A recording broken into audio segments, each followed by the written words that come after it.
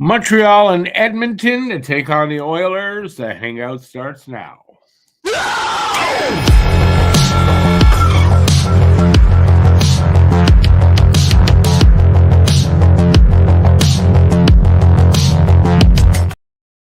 Hey everybody, I'm Rick. Welcome to Talking Habs. Thanks for joining me. It's a bit of a late start tonight. Montreal in Edmonton, first game of a 4-game road trip. I got some stuff on this game. I'm a bit tired tonight. I've got some stats, and we got the usual guess the score contest, guess the score of the game, and the first goal scorer of the game. You can pick that guy from either team. And if you're the first person in the chat with that guess, and got to be from Canada, and if you qualify, you're going to win the $10 cash prize directly into your bank account by Interact. We have had no winners yet this season, so good luck to everybody with your guests. Do that in the chat here. I'm going to tell you mine. I'm going 4-2 Montreal, and I'm going to go with Cole Caufield. I get for a second game in a row if he gets it. And I'm just going to try to find a feed that actually works for me. But right now, so far, nothing working well. So it could be one of those nights. I find the late games, it's a lot harder to find a good feed. So it could be a tough night that way. So far, not having much luck. Just not having much luck. I'll just leave that there. Hang on, I've got to get some sound.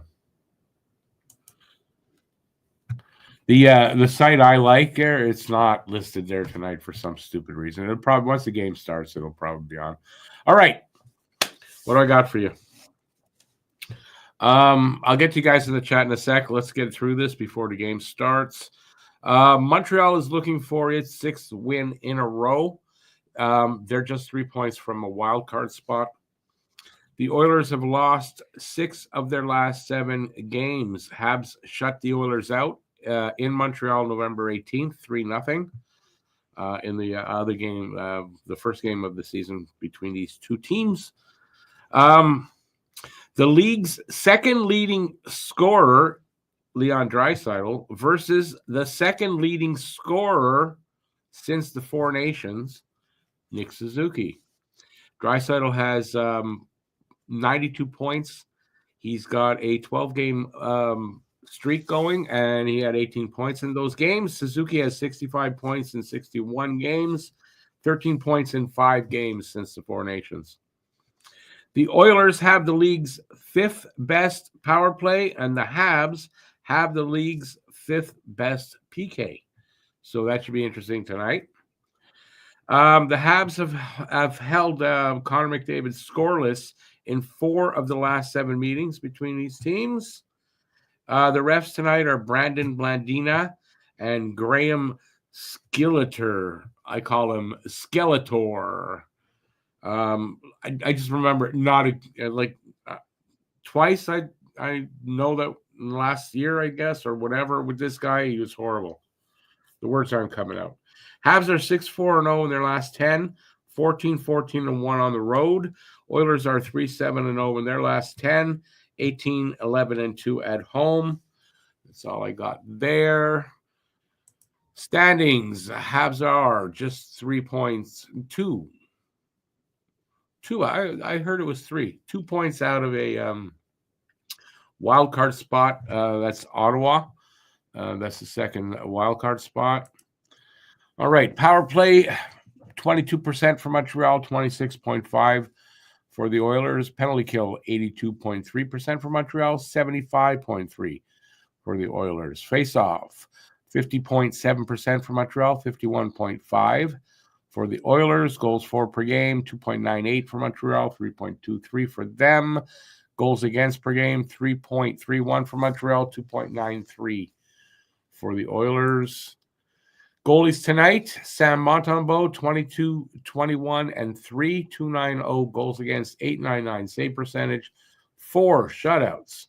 And Stuart Skinner, 20, 15, and 4, 287 goals against, 897 save percentage, and 2 shutouts. Stuart in there. Stuart. I was just watching Letterkenny. I can't do it as good as Roll does, but hey. Edmonton, Lines, McDavid, Nugent, Hopkins, and Hyman. Draisaitl, Podkolzin, and Arvidsson, Henrique, Janmark, and Brown, Kapanen, Jones, and Perry. Kulak and Bouchard, Nurse and Emberson, Deneen and Stetcher, Skinner and Net. For the Habs, unchanged, I believe, the last game. Suzuki, Caufield, Slav, Beck, Newhook, Line, Dvorak, Gallagher, Anderson, Evans, Heineman, Armia, Matheson, Carrier, Struble, Hudson, Jack, Savar, and Montembeault. You know what's funny? Since I don't know if it's a chastising, but since I don't know what sub it was, somebody told me that I pronouncing Savard's name wrong. It's Savar. You don't pronounce the D. I'm doing that now. First time in my life. Bowing down to pressure.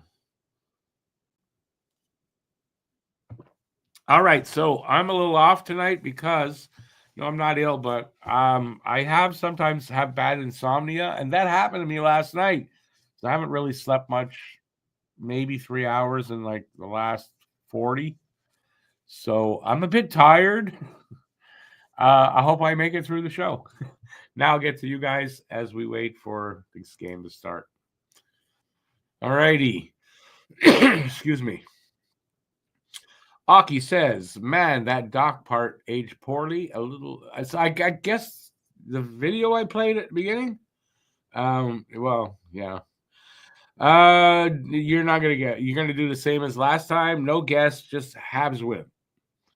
Guru, 5-2 Edmonton. Nugent Hopkins first goal. Conservative lawyer, 4-3 Habs Slav first goal. Phil. It's not too late, but it's still late. Well, it wouldn't be that bad if I would have slept last night. Sure, would have been great, but I didn't really do that, so it's kind of going to be long. And on top of that, my back's been bad, so I took a painkiller before, so I could be a little wacky later. So, hey, you never know. Could be a very interesting live stream. We have the 28th easiest schedule, which means like the third or fourth easiest schedule. So yeah, they have they can make the playoffs if they win enough games. But there's enough games there that are literally winnable for them. So it could be done. It's unlikely because it's not an easy task what they've got. But their schedule is friendly.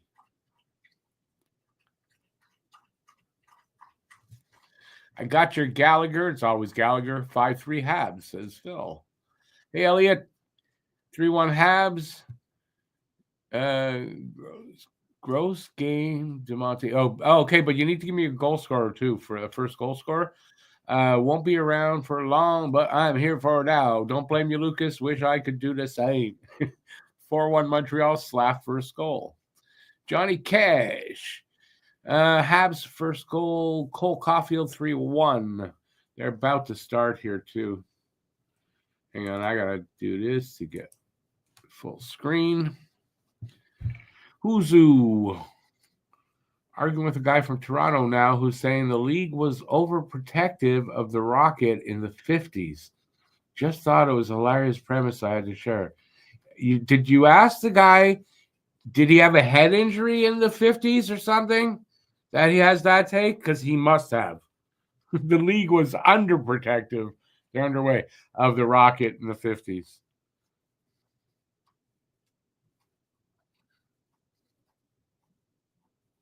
Am I learning French? What do you mean, am I learning French?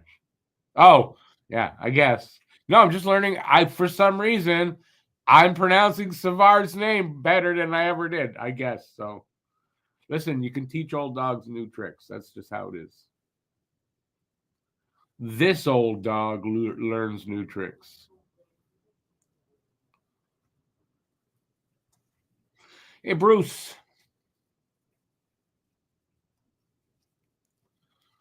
Why can't I say? Oh, I've had insomnia on and off my whole life, pretty much. So, like since I'm 19. So don't make anything of it. It's not a big deal. It's just it happens sometimes. I can't help it. My ex better half is French, and yeah, I know all the French swear words and disdainful comments and all that stuff. That was really close. Off of I don't know who the Hab was off his foot. I mean, he almost put that in the net.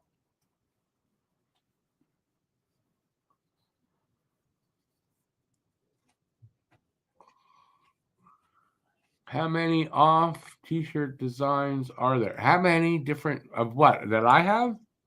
Just the two right now.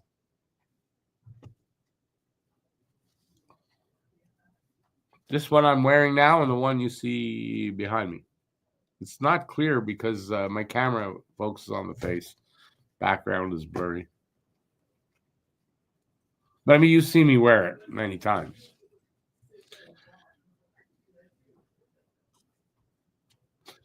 Bruce says 4-2 Cole. Yeah, that's exactly what I had. 4-2 Cole Caufield, first goal. Am I all set? I'm all set, man. As set as I'm going to be tonight.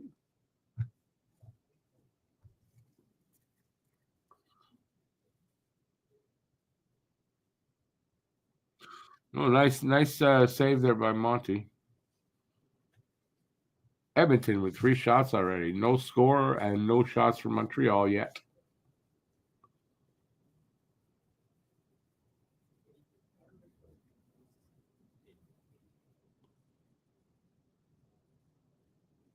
Oilers need a win. I mean, they need a win. I just hope.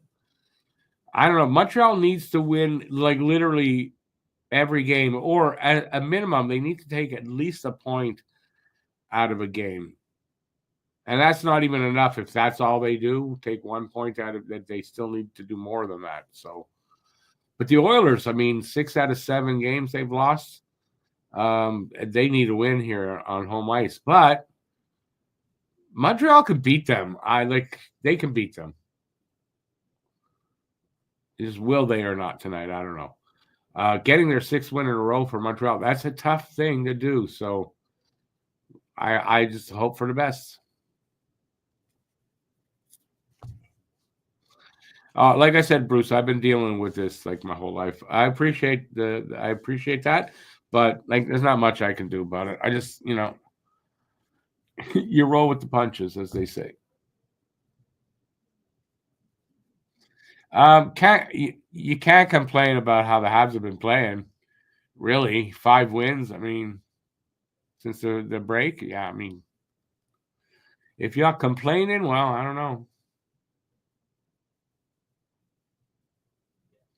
It's a very it's not like they're in a deep hole or anything, but when you get to the end of the season, it's even harder to skip over teams. So, do they have enough runway? I don't know.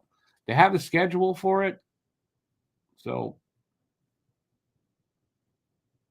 by the way, this was tonight's game, not a game I gave them as winnable. Like to flat out go, yeah, that's a winnable game.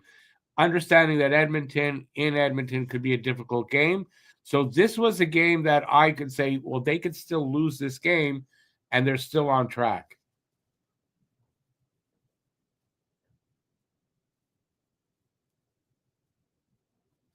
By the way, don't forget, I don't know if you are the people who stay home from work because tomorrow's trade deadline day. But we will be doing a live stream at 10 in the morning, probably till about noon, and then back again at 2 till about 4, maybe longer. I know in the afternoon I'll have people with me. I don't know for sure in the morning if I'll be alone or not. But we'll talk about whatever trades have already happened. And if anything comes up, we'll talk about that and any signings and stuff like that. So if you're able to, hope to see you there. If not, totally understandable. It's a work day.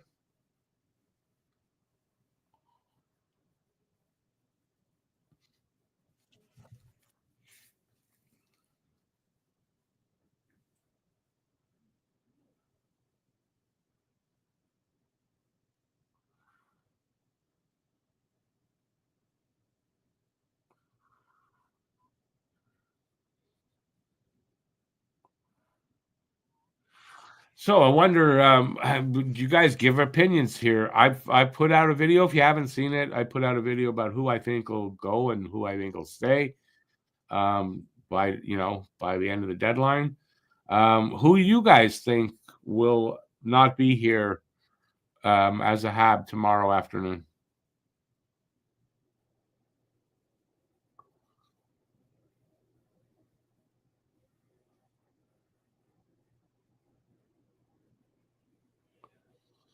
You're complaining on it. Yeah, that makes sense. Who's who? Absolutely makes sense.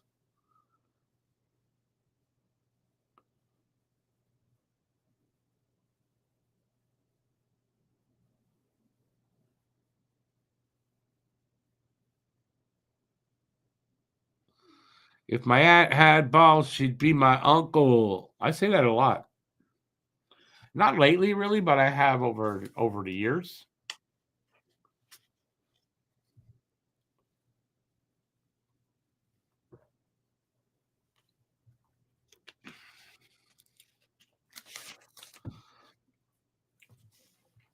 Well, I'll tell you this though about guys. I don't think they're sending guys away for free.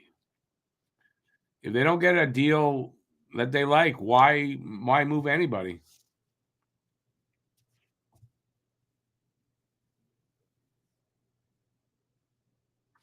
I kind of cue his tail, but it's supposed to be. I get that, but it's supposed to be balls, not in English. It's if my aunt had balls, she'd be my uncle. I don't know how it works that way to say tail. If my aunt had a tail, she'd be my uncle. Why do uncles have tails? I don't know. So I'll do it the right way, the English way. Yeah, that was a shot because you always give me the other way around. So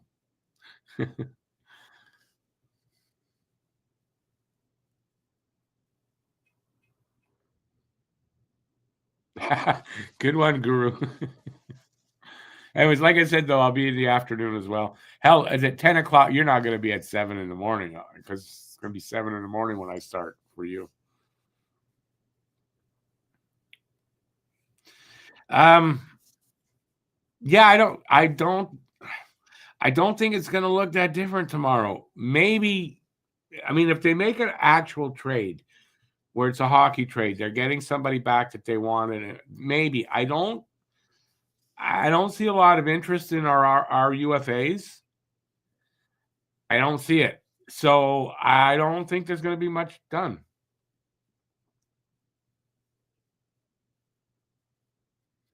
A lot of French feeds for what, Johnny Cash?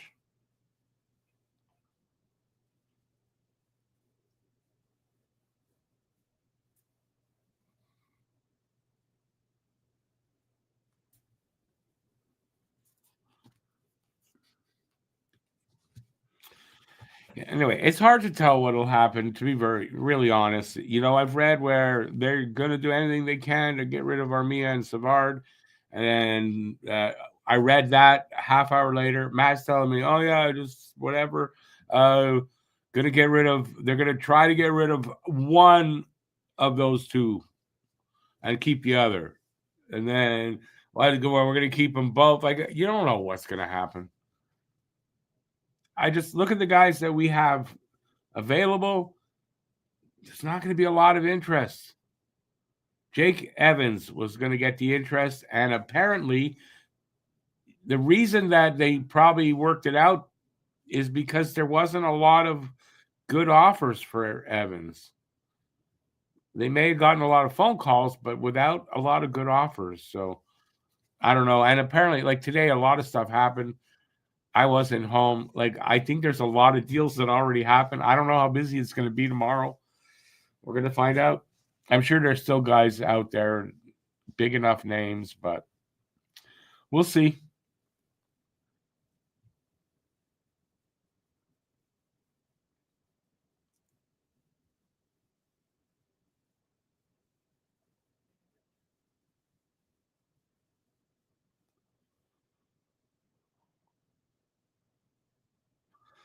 A lot of French feeds for what? The game here? This game?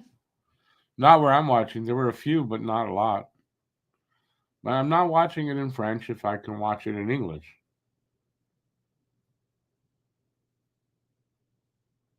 So that's how I do it.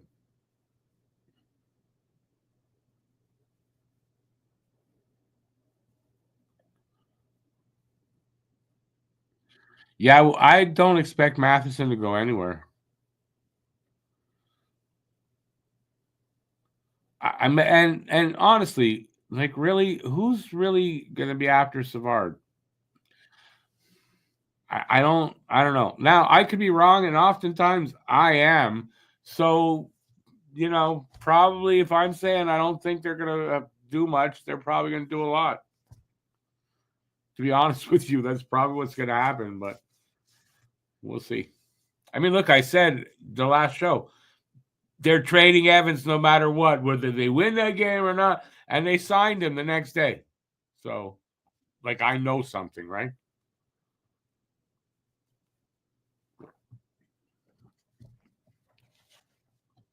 I shouldn't be talking like that. Why watch me at all?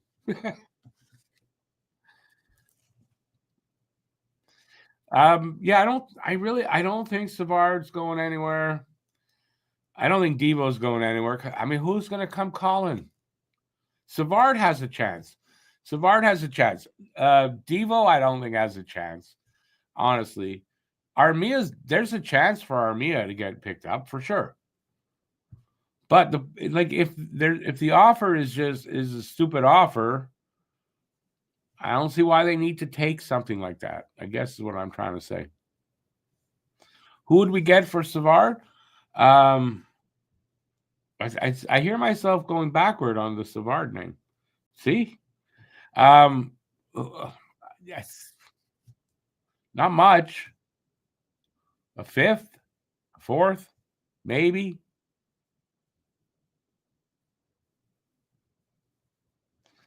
Pez not going anywhere. Pez not going anywhere. No one's coming calling for Pez. So he'll be walking at the end of the season. Devo, doubt anybody comes to calling there. He'll walk at the end of the season. But any return you would have got for those guys would have been negligible anyway, would be negligible anyway. So it doesn't hurt for them to walk. These are all my opinions, by the way, right? Not set in stone. Born to be a Hab, if they can find that second line center that they're looking for, a right shot defenseman, which apparently they're interested in finding, then yes, then you could see a hockey trade where they're going to move some prospects or prospects and picks, maybe a guy on the team. I mean, anything's possible. Although I kind of think those deals are out there for the offseason. I don't know. Ooh. I don't think they're going to find those guys that they might be looking for at the deadline, to be very honest.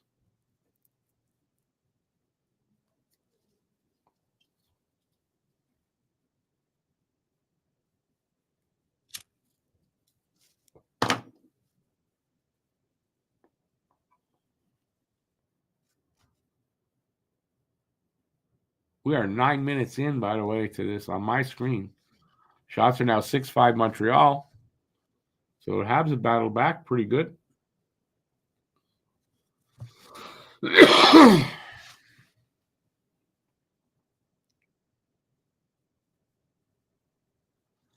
But yeah, of course I saw what they got their guru. But Tampa always seems to like, oh, we've still got first round picks. Give them away. You get a first round pick. You get a first round pick. You get 5. Like, that's what they're like. And is that Corey Perry just scored? Corey Perry opens the scoring for the Oilers. Okay, who had Corey Perry in 5 more lifetimes to open the scoring here tonight? Nobody.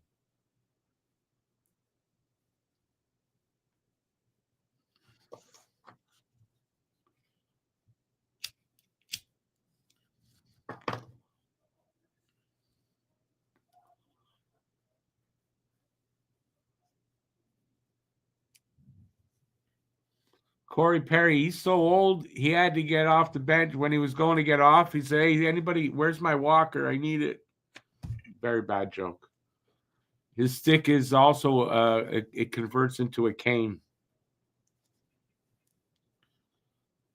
That was better.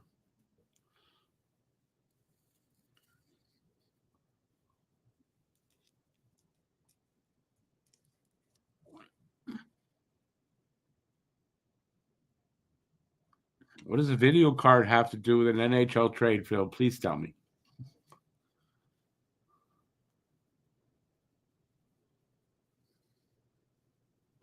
The worm. But he's getting old. I'm just saying he's looking like, man, he's looking like he's getting old. But hey, he scored the goal, right?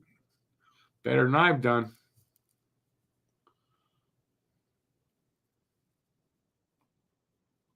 Corey Perry. Who at one time I would have been like, fuck, I hate Perry. But I don't hate him anymore.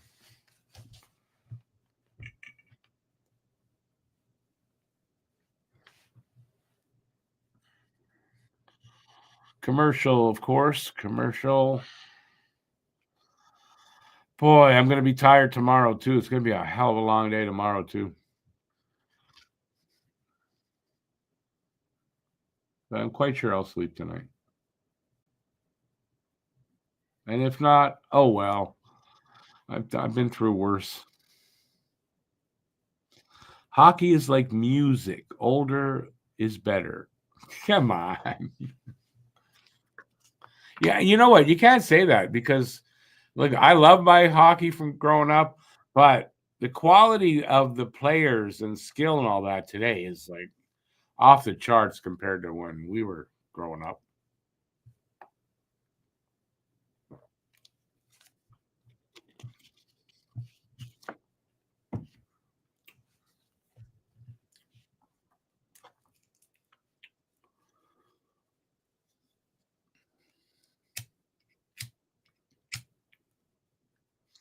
I'm going to be like the Habs on the second game of back-to-back in the third period by the time this game is over.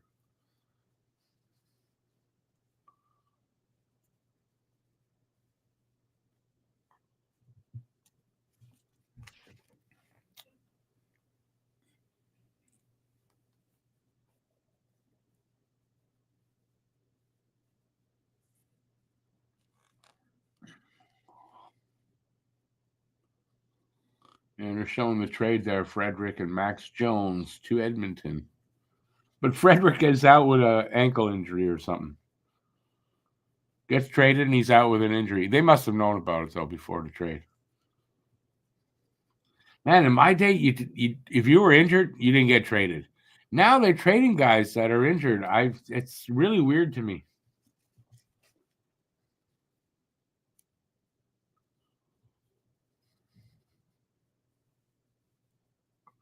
Did that say Perry is 14th goal?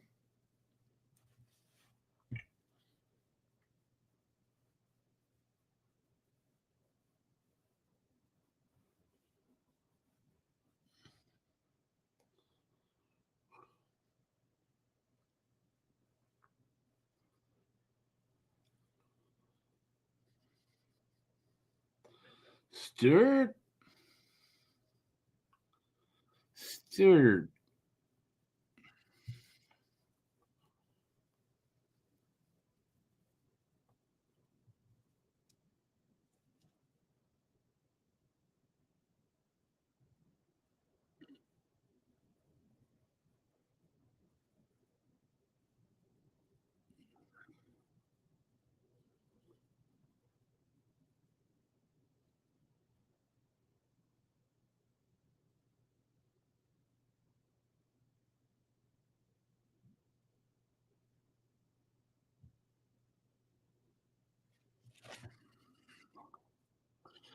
Lawyer, should he start what to the game? I mean, they're only down 1-0. It's not really a shitty start. I honestly think it's going to be a difficult game for the Habs to win tonight. And that's mostly because the Oilers really need to win. Although I say that, and this game is nothing. They could lose this game, and it doesn't affect their where they are in the standings. The Oilers, but you lose 6 out of 7. You want to win.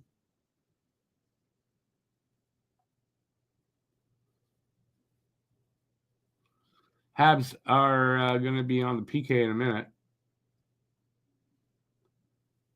Draisaitl hits the post. High sticking on Draisaitl, I think, from the look of him grabbing his mouth. We might have a 4.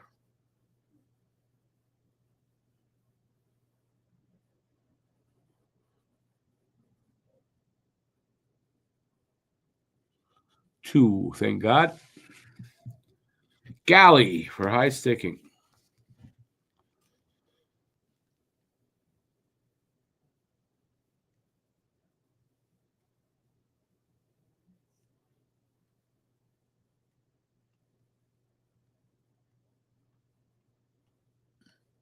Yeah, no, I get it, and it doesn't diminish Perry's contribution because you know why?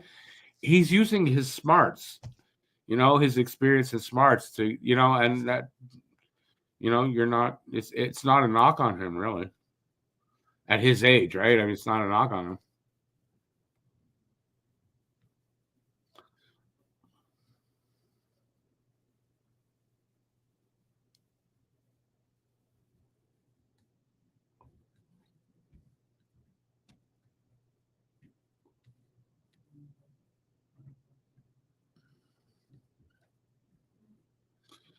For Armia, Savard, and I see I'm backpedaling all day, all yesterday. I did a video. I said it right. Devo, yeah, those 3 guys. This could be their last game in a Habs uniform, and other guys too. But just saying, those guys in particular.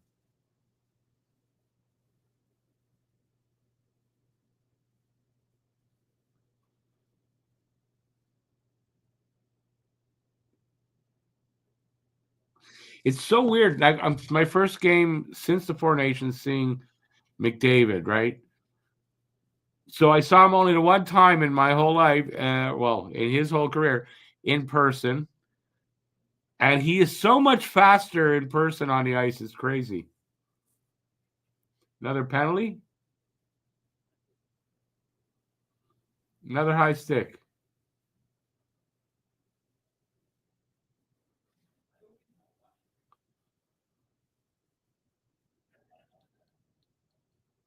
Another high stick. Carrier. So they're going to be 5-on-3 for a little while. This is going to be tough.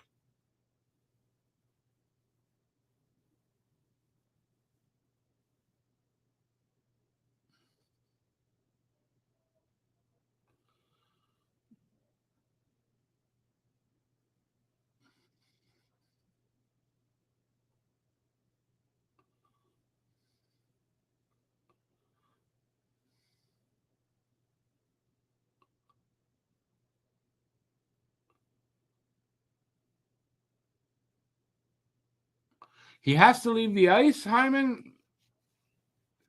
He can't stay on? Oh, Jesus.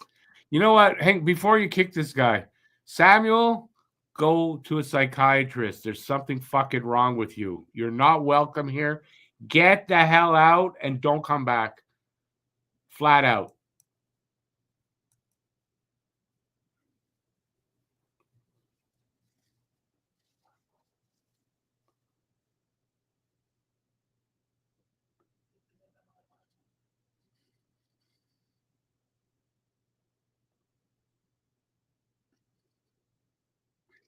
Couldn't get that out.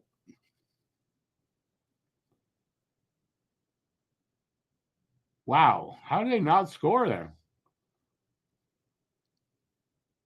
Oh, I shouldn't say that. I think he hit the post or the side of the net or something. They're not going to score on the 5-on-3. Come on. Surprised. Gotta say, I'm surprised. I'm happy. Galley's working his ass off to get Good work by Galley. Look at that. Waste some time at the very least.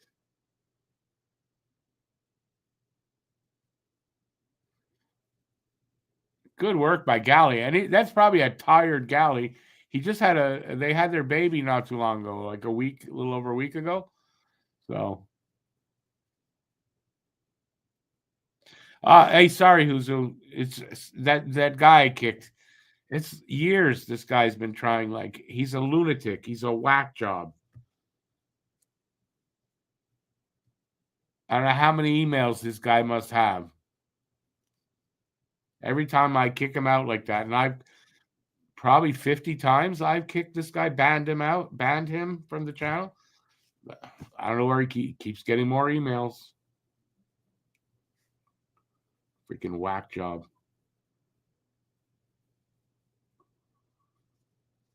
Probably a Republican from the States.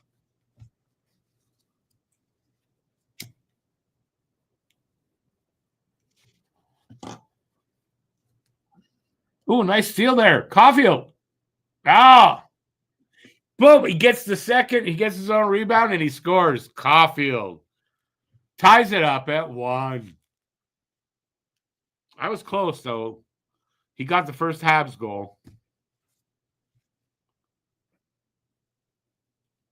Nice. He gets a shot. It comes right back to him. And he makes no mistake on that one.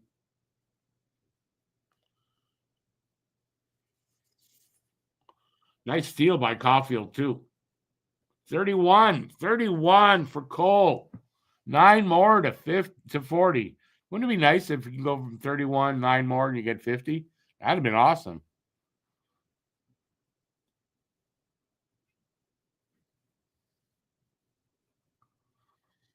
Caufield, he's going to hit 40. He's got, this was 62, got 20 games to go. 9, he needs 9.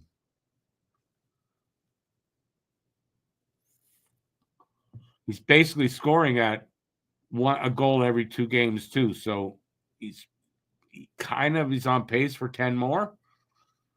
So he's on pace, I guess, for 41 right now.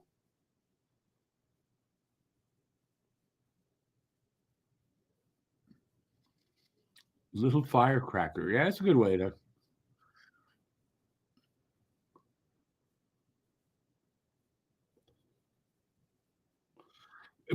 Cole is halfway to the 2-goal prediction. Is Bruce still here?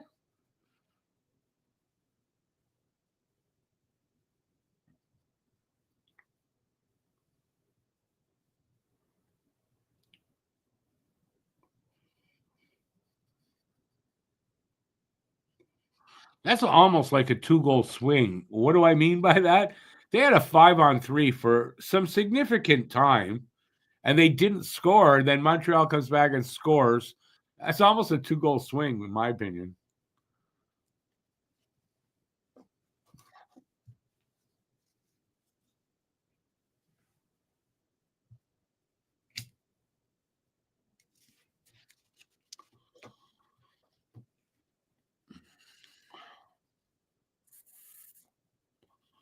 I'd love to see Cole with a Hattie tonight. Would be even better.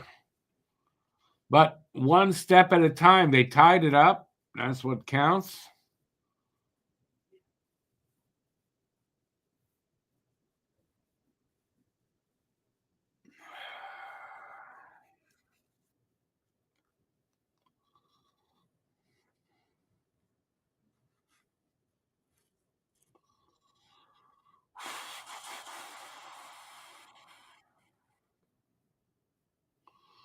Commercials, by the way, if you couldn't tell.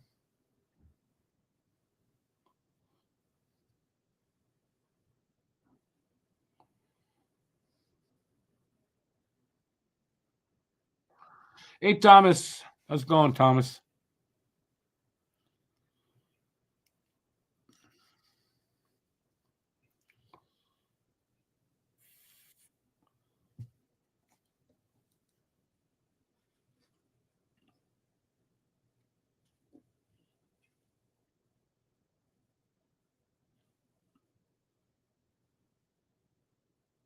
I'm surprised. This is actually where I'm getting the feed from. Really good picture for this service. Knock wood. Knock some actual wood. Those are what's expensive t-shirts?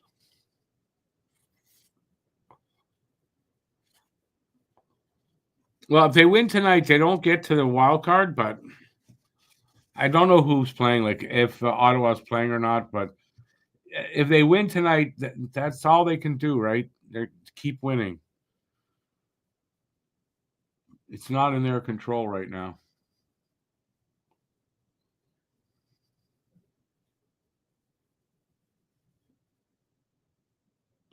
Tell you what, man, they win tonight. I mean, almost like Hughes has to go out and do something to help this team get a little better, don't you think? I mean, 6 wins in a row. Like, what else could this team do? But I mean, he responded by signing Evans. It showed them confidence. He believes in them, that kind of stuff. It showed Evans really wanted to stay.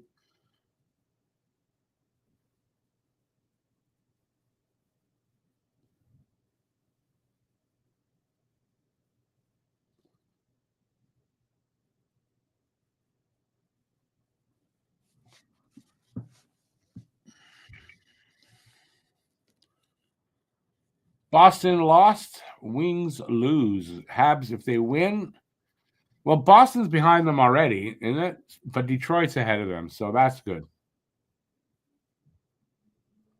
A goaltender. He's not going out and getting a goaltender. I can guarantee you that. Like I there's not a lot I would go out and guarantee, but I feel confident to say he's not acquiring a goaltender. The only way he does is if he trades Primo, because Primo's a UFA. Or no, Primo's an RFA. He's got one more year, and then he's a UFA after that. So depending if they sign him or whatever, but they're not acquiring a goalie. They need a second line center, but a guy that they can go forward with. Oh, Habs are going up. Perry's in the box. We're going on power play, and they need. Apparently, they're interested, and they do. They need another right-hand defenseman, right shot guy. Apparently, they're looking. I could see them doing that.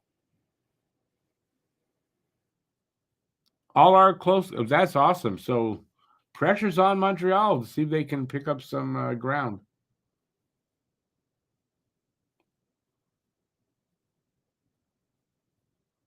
Oh, Caufield couldn't get that pass. Too bad.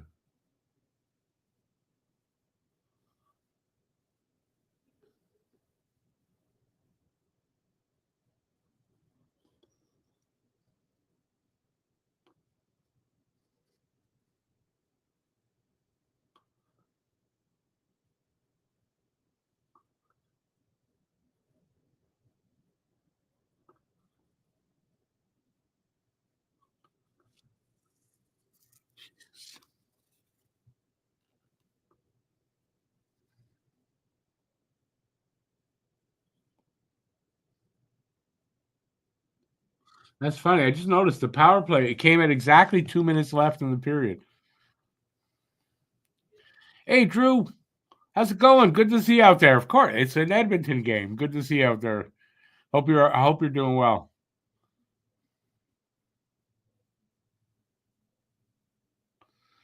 Wait a second. What are you saying there? We got our one. Skins should dribble a call more for you. You talking about the refs? I'm not sure what you're saying there, dude. A couple of calls for me? What? I still don't get it. Just call. I'm tired tonight, so my brain's not functioning right. I don't think Primo's getting traded either. That's not what I said. I just said the only way they're getting a goalie back or in a trade or whatever is if they move Primo out. I don't see it happening either. Yeah, I do. I don't think they trade Line. If they're gonna move on Line, it'll be next year, not this year.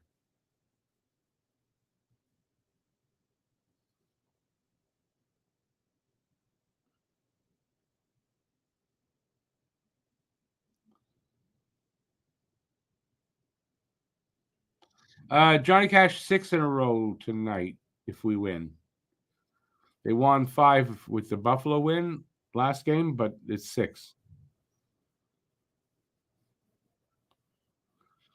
The future is bright here. There's no doubt. You're less than stellar. Yeah.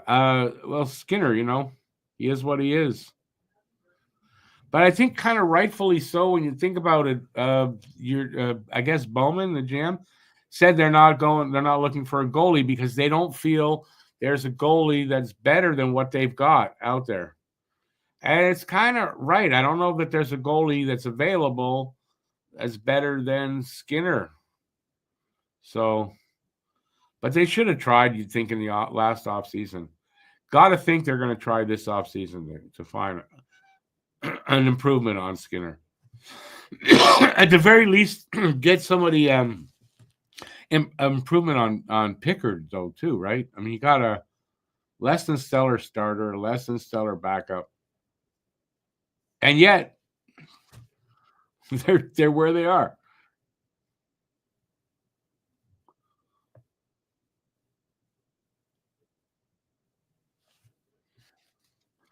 All I can say is I'm really happy to be a Habs fan right now.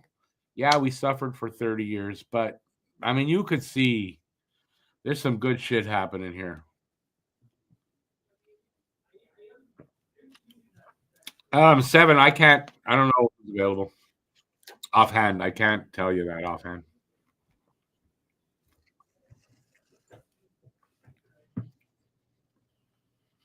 I'm sure there are goalies that are available. Well, I know Mrazek is available. Chicago trying to move Mrazek. I know. Who am I thinking of?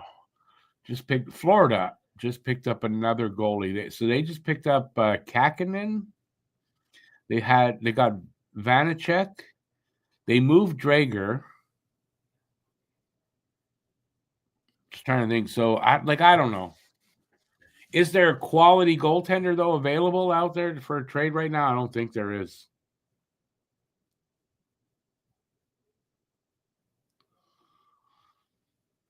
Habs goalies have more than twice as much shutouts as Edmonton goalies, 5-2. That's right. Listen, Monty, you can say whatever you want for Monty. He's got 4 shutouts. He's got decent numbers.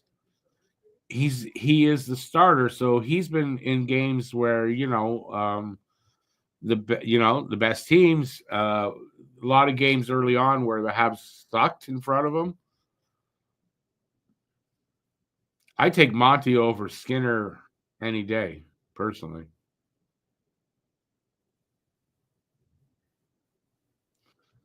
Seven, I think we're going to see Fowler in training camp.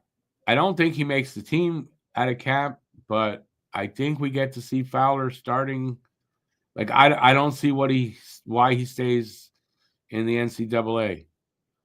I don't see why. He's got nothing left to prove there, I don't think. So I think he leaves. I don't know when they're going to be knocked out that we might get to see him for a game or two before the season ends. But I think by training camp, I think Fowler's he's in camp. And then it's kind of like and like if whatever all the stuff with Doc didn't happen, Fowler arriving would be like that's the final chip in the rebuild. But I think now we're kind of we got to find another center. Now Michael Hage could be that guy down the road, but he's still best estimate 2-3 years away. So we got to find a guy because the Habs are ready to make the playoffs next year, but they're not going to do it without a good center behind Suzuki.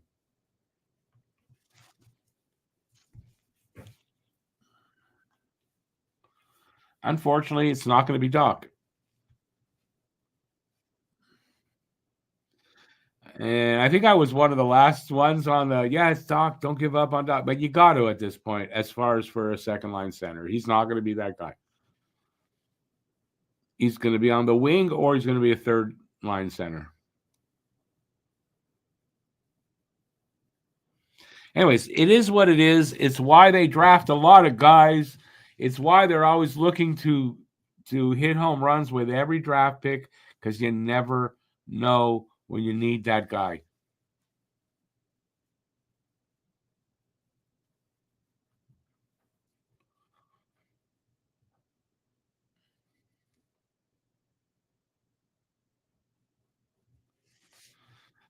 You're talking about Skinner there, Drew? Yeah, I mean, look, rushed or not a bit, I don't know that, how much better he'd be. The only thing I know about Skinner is he is better in the playoffs, the second half of the series, and in the second two rounds. Not saying it right. Second half of the playoffs, he gets better. I don't know. It's weird. I'm glad you have him and we don't. That's all I can say. There's not enough good quality goalies. That's just all there is to it. Part of having 32 teams.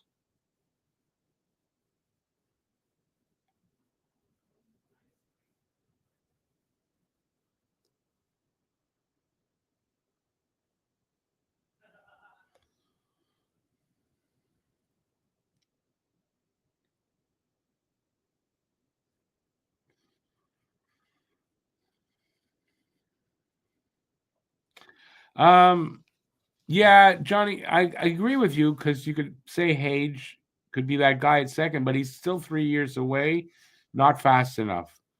When all the other pieces seem to be there now.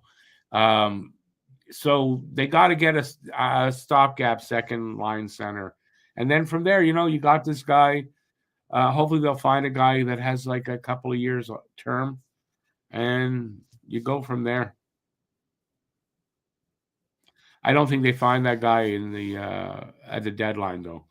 I think that's an off-season move, and probably the same thing for defensemen. Although a guy on the right side that they can, acquire that could help, they could find that guy at the deadline.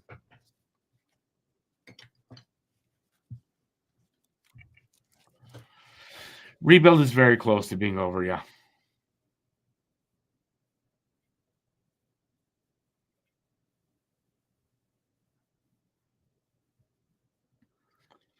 I wouldn't worry about staying up too late. 7. And you're probably not going to see anything announced past a certain time, and then get up early in the morning, and they start like by 8 o'clock. If there's things happening, you'll hear the announcements starting then.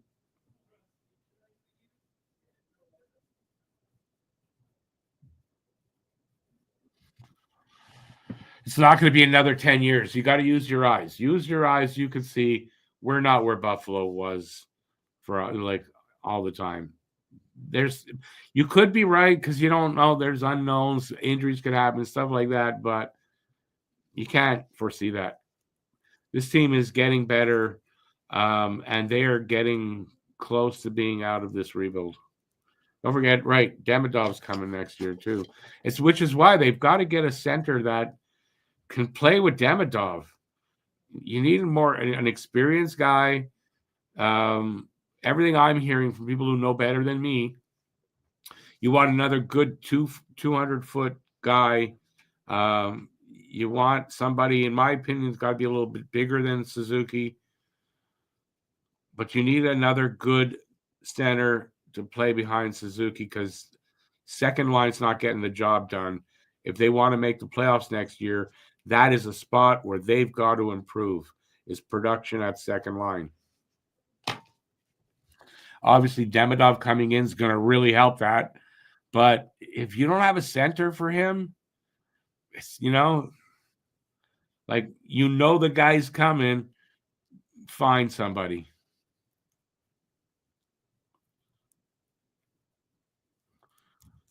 No, I feel like I don't know what the hell. I'm tired. I can make a mistake. Um, got to get Demidov, Hage, and Fowler in there still. Yep, but that's coming over the next 2-3 years, right? Demidov is next season. Demidov's going to be ready for the NHL. Fowler probably spends a year in Laval. Hage probably another season in college, then goes to Laval, then is ready. That's probably the timeline for those guys. Although things can happen to change that, and not for the quicker, but for longer. So let's hope that it's the timeline. The insiders. Okay, wait, DL, you're talking about Rantanen? Because that's a weird situation, right? Rantanen tells Carolina yesterday, I guess, that he can't make a decision on the contract offer they gave him and whether he wants to stay in Carolina. Can't do that by Friday. Well, you better be shopping him and trying to move him, because he's not going to sign. I wouldn't take a chance that he signs, before free agency.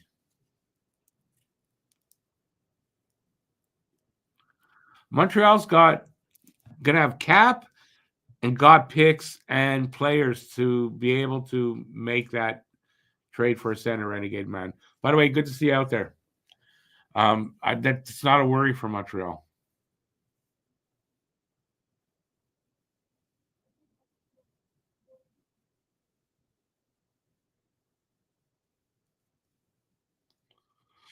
Making the playoffs for the Habs this year would be awesome. Great experience for the kids.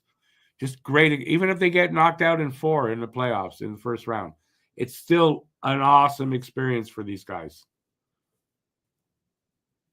That will be like invaluable in the next 2-3 years.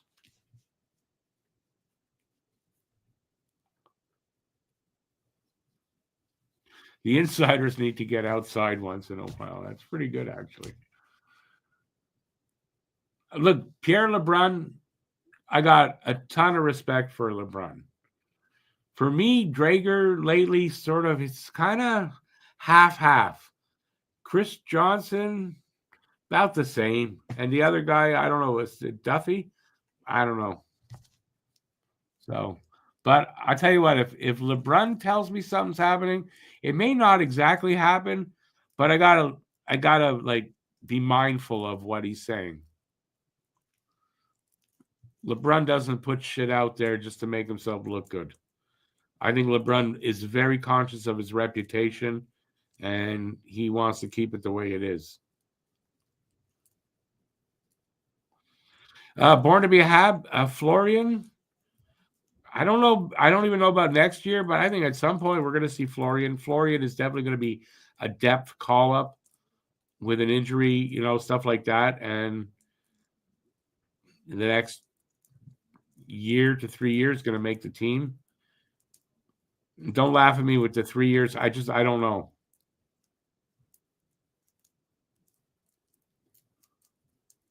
Caufield could this year make 40, says Yoda. Is that it? Yeah, Renegade Man. I think, listen, he's 9 away, and he's got 20 games after tonight.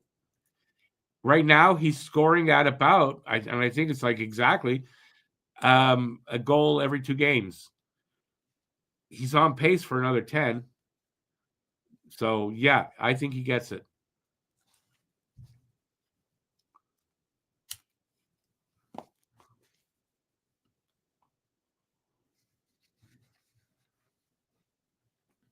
What's with the giant Whalers plaque behind LeBrun? I don't see one.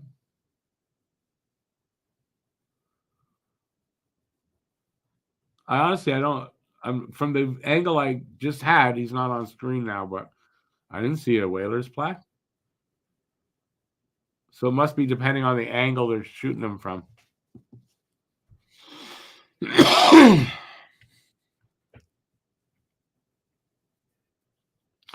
Pierre LeBrun didn't play, no.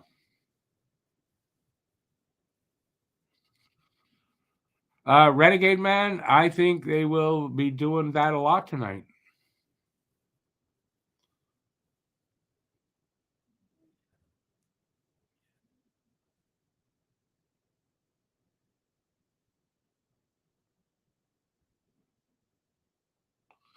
Okay, who's to explain? Your dad might be back in the queue. In what capacity?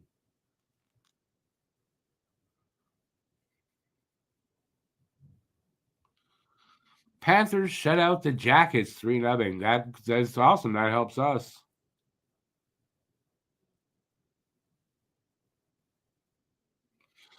Johnny Cash, I mean, I think a lot of us want to see the Bash brothers in the lineup together.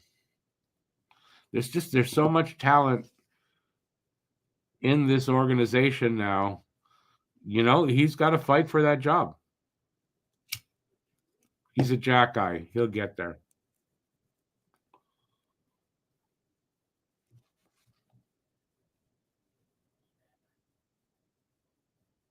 Oh, you know what, Seven? I think I know what you're talking about. I've seen this, so many of those kind of videos from him.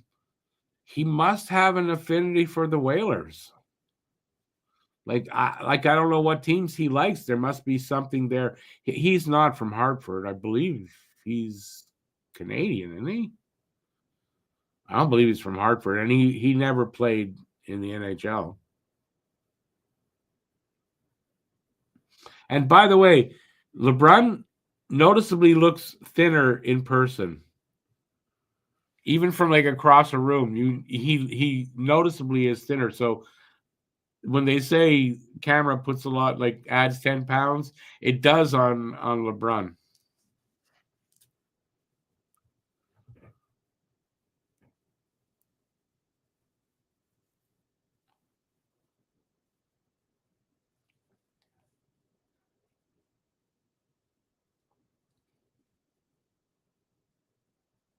Wait, I missed one. From David. Newhook was supposed to be out our second line center. No, maybe we just have to build our own. No, I don't think that's the case. Newhook could play center, yes. I don't think Newhook was brought here to be a center per se. They tried him there. He's better on the wing. So I don't think he's a center, to be honest.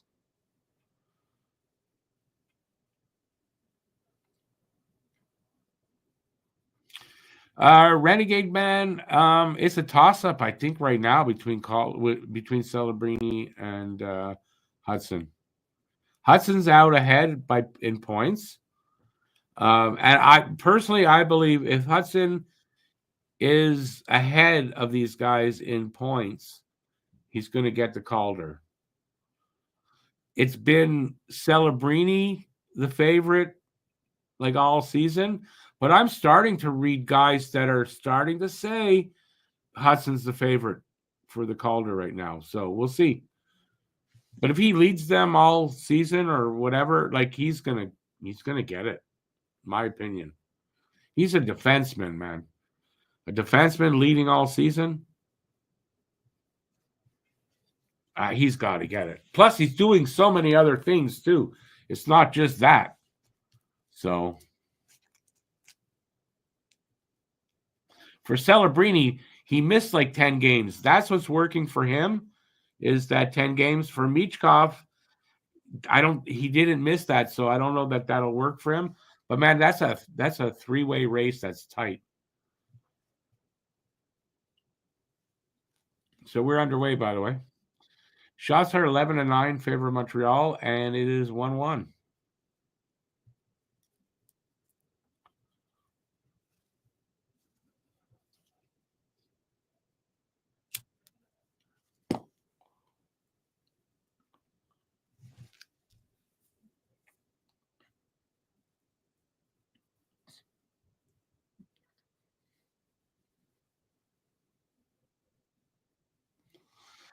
Johnny Cash, you got that right. LeBrun is Yeah, this is a guy that, like for me, Drager can be on, could be off. Like, I don't know. I don't think he cares as much about his reputation.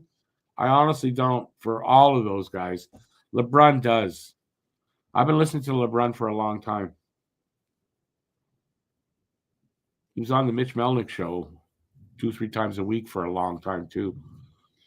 So yeah, I like LeBrun.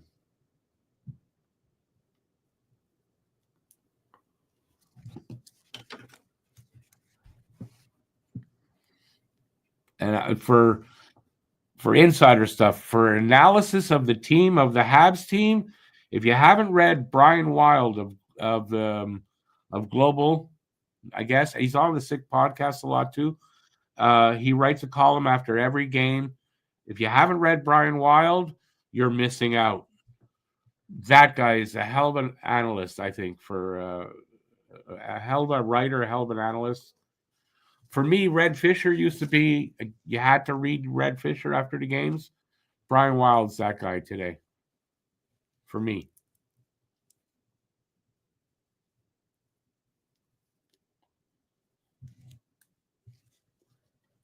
And funny, I mentioned him. He's from Edmonton, Brian Wild, and the Oilers are his team. He's been working like as a Habs reporter for a long time. But his team is the Oilers, so it's funny. That had to be a screen. Draisaitl just scored. I don't think Monty saw that. Power play goal, too. I didn't realize that. I've been talking too much. It's because I'm tired, so talking a lot. It was a too many men penalty? Fuck. That was one hell of a shot by Draisaitl. Monty never saw that. Never saw that. But what a shot, though. Like, he picked it perfectly with Corey Perry in front of him. Monty never saw it, and the shot didn't hit anything, so figures. 2-1 Oilers.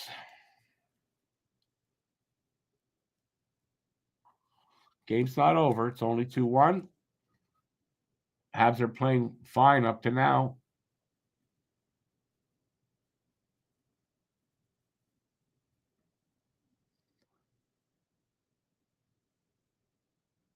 But remember, that 6th win in a row, that's going to be a tough one to get. So don't be disappointed. But like I said, this ain't over yet.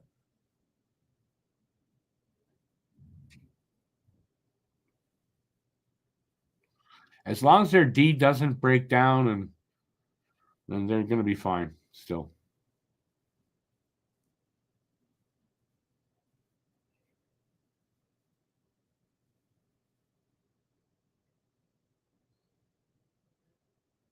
Oh, is LeBron a driver too? Yeah, some guys don't like planes. They don't like to fly.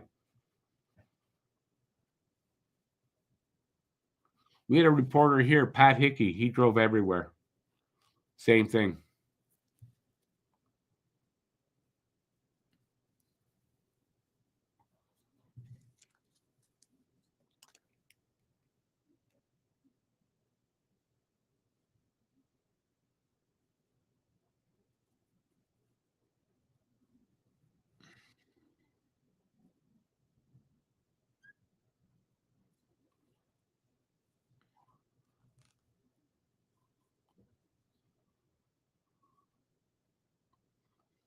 Too bad. Nice little feed there by Beck to Newhook. It was right sitting there, right in the open net, but they couldn't do anything with it. 3 minutes into the second here.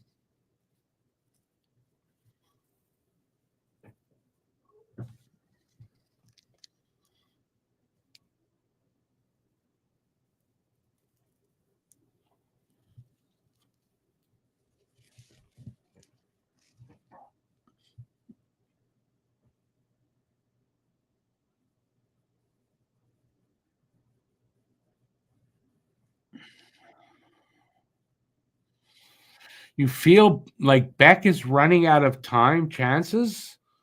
I don't. Why? Because he doesn't have points? I think he's got 1 assist. Is that why? Yeah, I don't think so. He's auditioning. He's not a second line center, but he's a third or fourth line center, and he will be here next season. I fully believe that. He'll win a job out of camp, I believe. And I've been watching him. Like his game, sure, he's not 100% where he's going to be, but I think he's NHL ready now. And I think the proof is that the second line's playing a little better with him there, the second line center. His numbers are good, metrics wise and stuff. So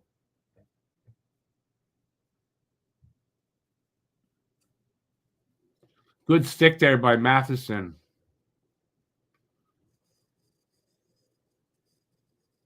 And they're buzzing the net now, the Oilers. They want another one.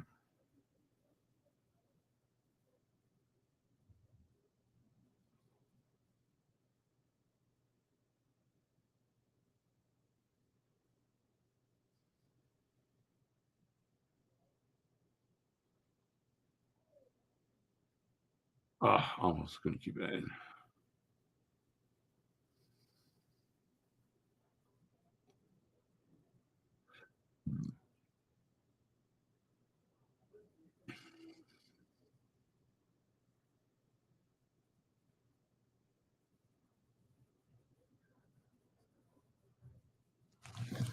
Wonder how many guys are playing hockey tonight. I don't know how many games there are tonight exactly, but how many guys are playing tonight, like with a lump in their throat, not knowing whether it's their last game with a team?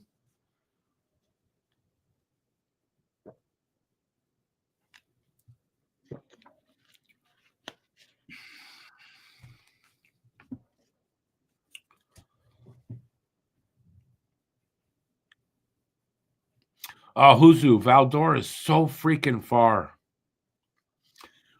We went there when I was a kid. I might have been 8, 9 years old. And we in Saint Laurent, we were living in Saint Laurent.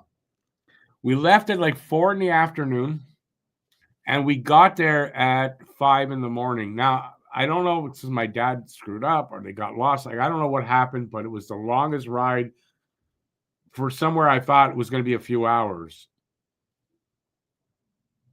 I'll never forget that trip. It was endless.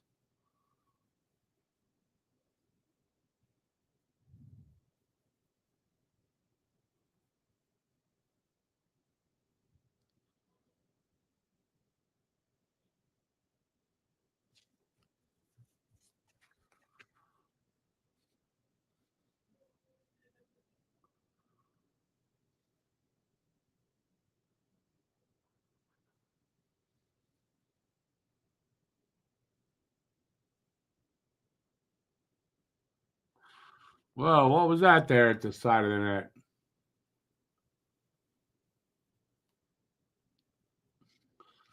Heineman taking some rough stuff, man. No call on that?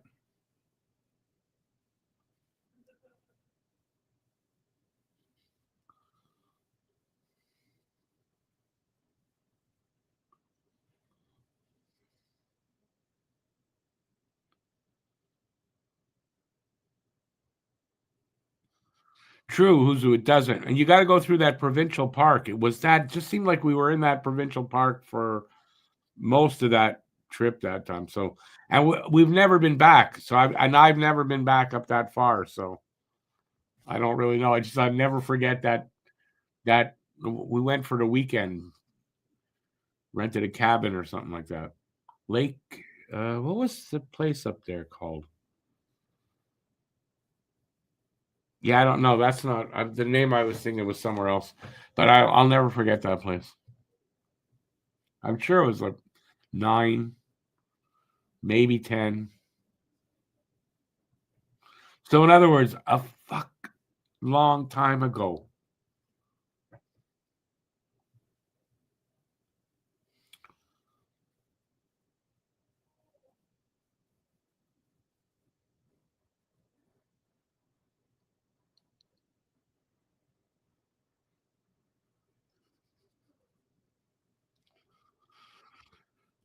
Huzu, is that a rough translation? Because when you say it sounds exactly what that is. Valdor. The door, that's gold. Val, I never knew exactly what it stood for, but Valley makes sense.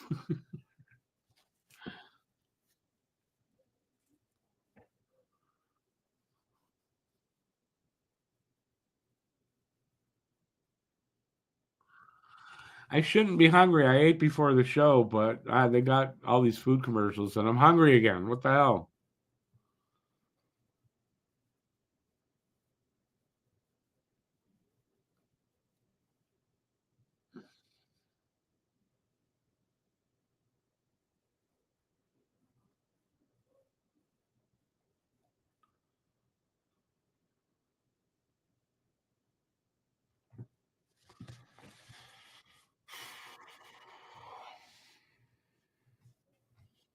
I don't know, but it feels like commercials for about 5 minutes now, or maybe a half hour. I can't tell.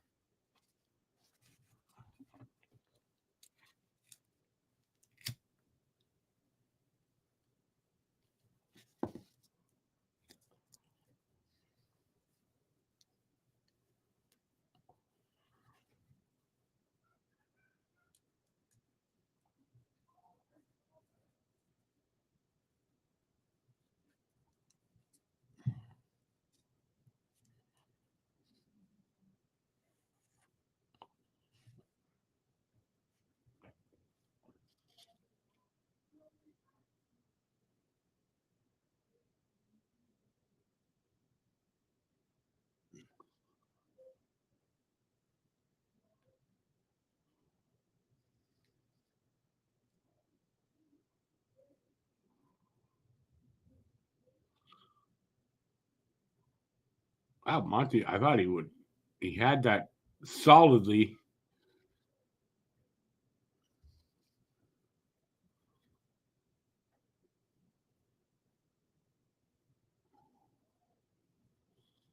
Almost 7 minutes into this second period. Shots are 14 apiece.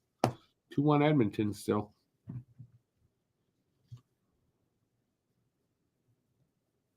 Uh, Seven. Yeah, you're probably right. There's a lot of ads now on YouTube. I can't complain because I make money on ads. So, but when I'm watching YouTube and stuff, there's so many ads. It drives me crazy. But I can't complain.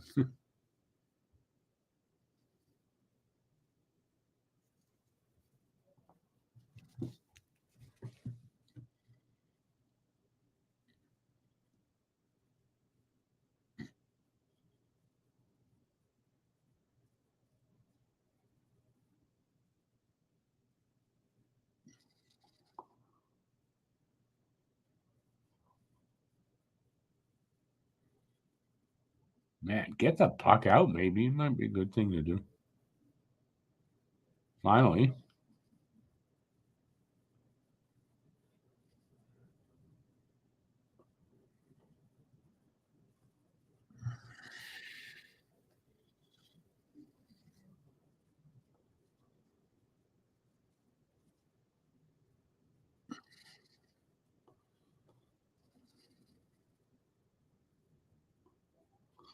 Oh, who's they put longer than 5 minute ads sometimes? So yeah, you got to pay attention.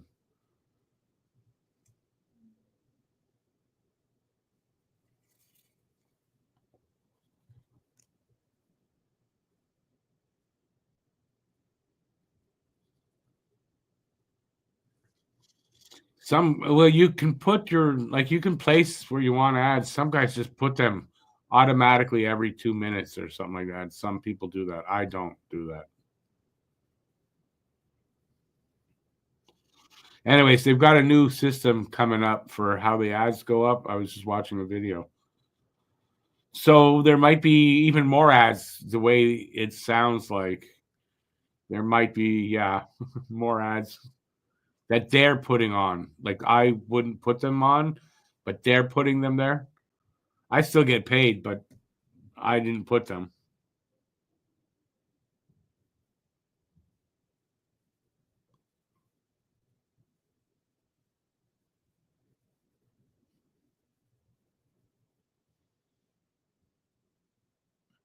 Hey, Slappy Pickle.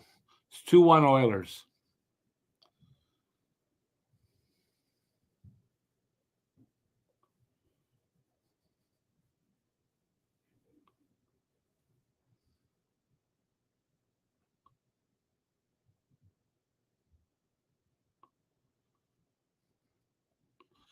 Have you ever thought of streaming on Rumble?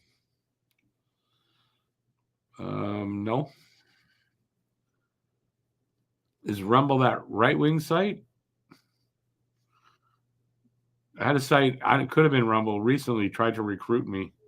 I went and checked the site and it was all like MAGA mornings and it was like, yeah, wouldn't be caught dead there.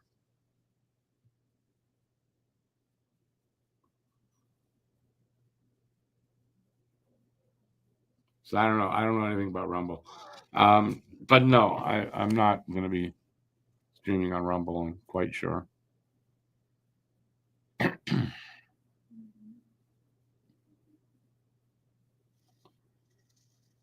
to find out how far behind I am. Right now, they're just coming out of their own zone. And there you go. Not that far behind. Armia. It's a bit on the late side. I'm not blowing the horn. That's why. These late games, I just don't want them, my neighbors. Yeah, beautiful shot. Right in the like towards the high slot, but beautiful shot.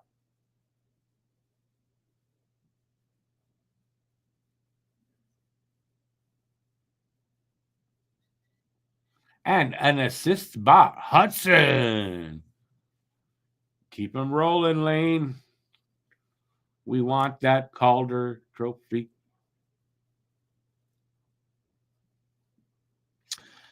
Probably just a hell of a rocket of a shot, though, Bill.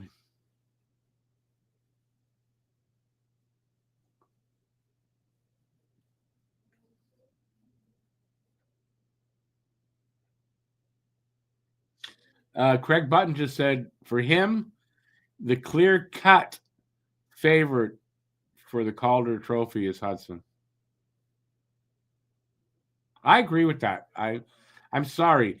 If Celebrini and Michkov were ahead of him, by a good bit, then okay, but they're not. And he's a defenseman. And I think, yeah, he's the clear cut guy.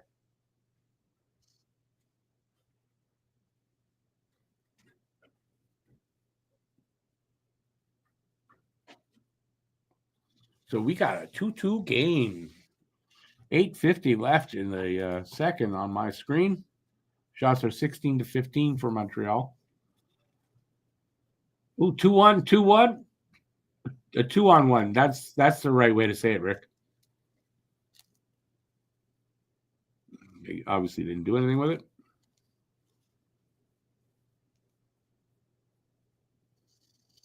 Evans with the second assist on that goal. His first point after signing his new contract.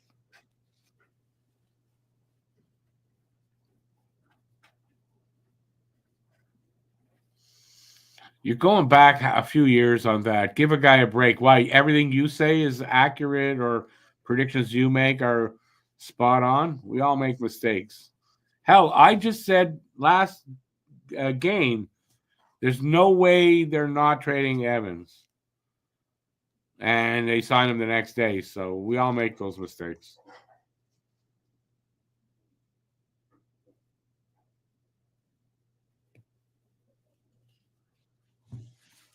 You look at a person's overall body of work and not just one particular. If a person's overall body of work is like bullshit, then yeah. But Button, he makes mistakes. He's not always right, but I like Craig Button. But you see, when someone says, "Yeah, I'm always right," but right just in that statement, they prove that they're not always right. Because no one's always right. So right there, you're wrong about that. So I know you're joking, but you know what I mean. I can make all the mistakes I want. Do I own the stream? I don't know that I own the stream. YouTube owns it. But, I mean, it's my channel, so yes. It's good to be king. Ask Donald Trump.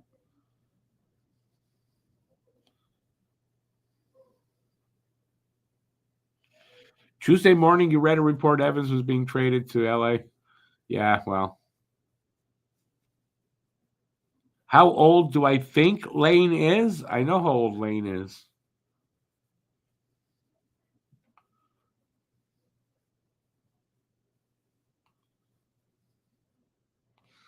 I was going to go with 45, BL. I really was.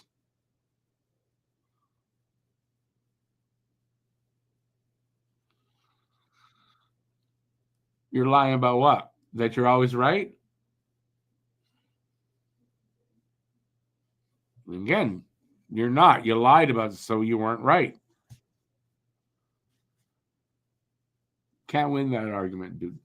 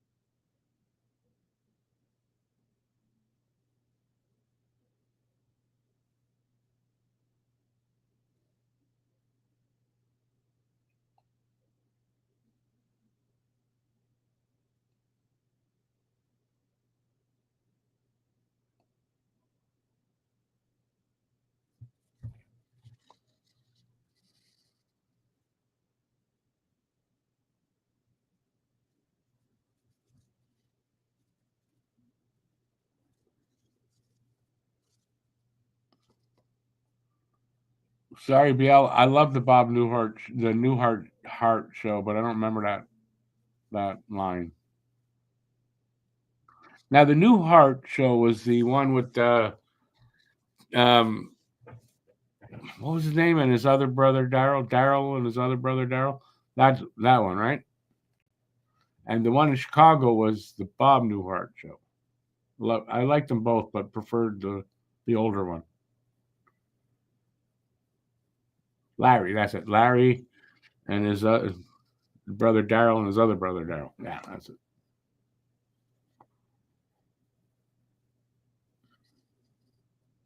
Ooh, pushing and shoving. It is a wee bit of a scrum.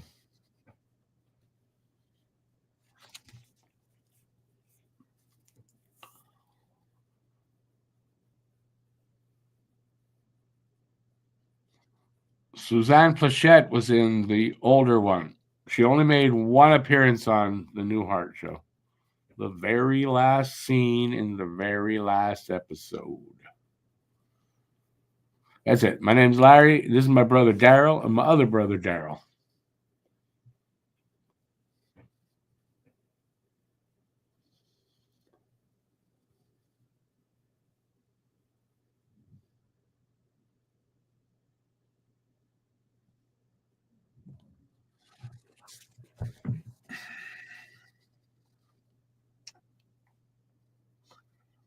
Just a wee bit over 6 minutes left in this second period.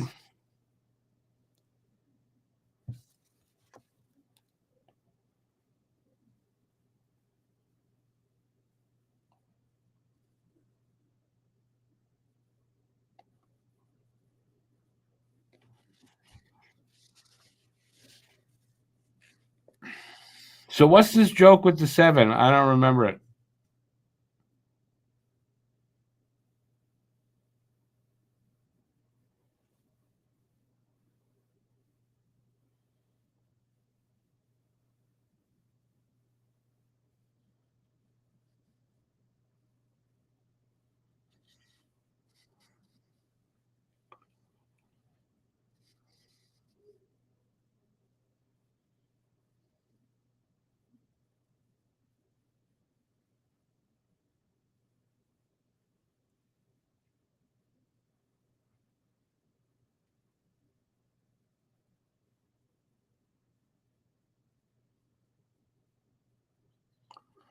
Your joke about lying was referent. Really? What was your joke about lying? Oh, that. Okay. I know that episode.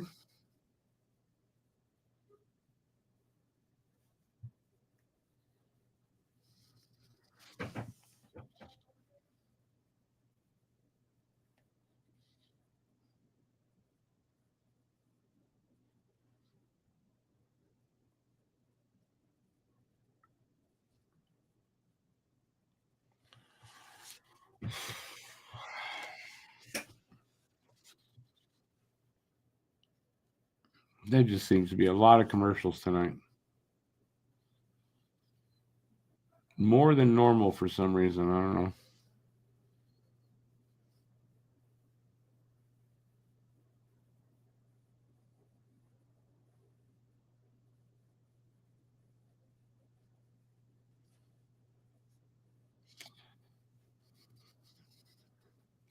I don't remember that part. Honestly, I don't. But this doesn't mean anything. There's a lot of shit I don't remember. Finally underway again.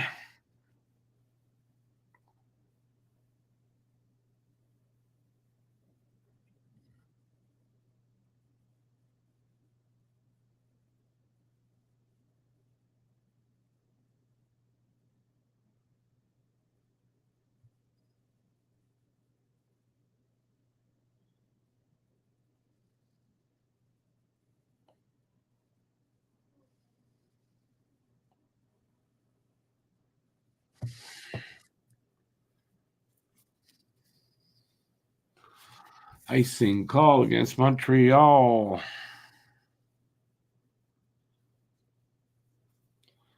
Game has gotten a little boring, this game. Second period has been a little boring.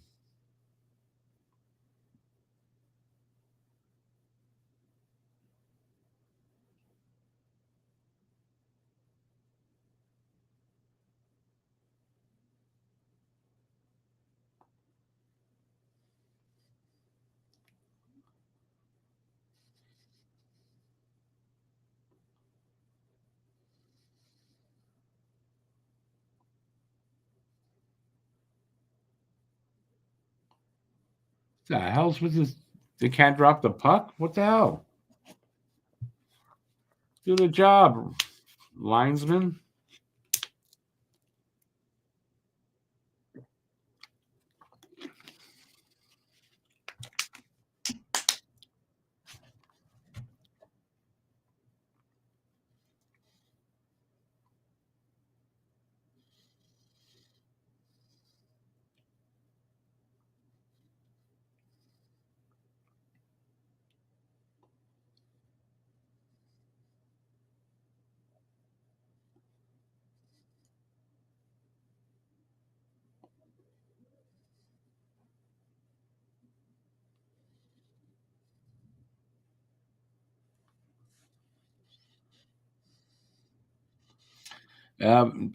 Even the oil change is a little bit more exciting right now.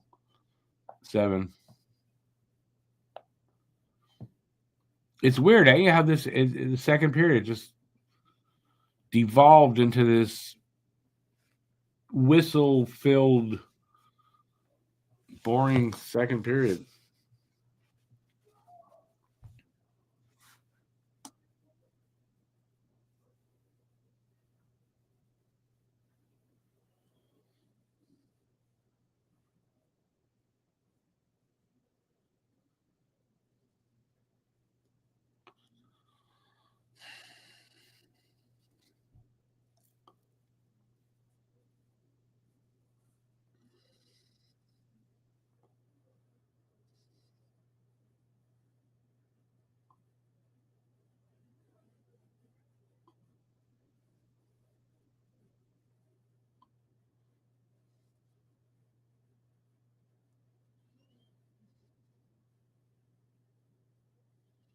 Oh.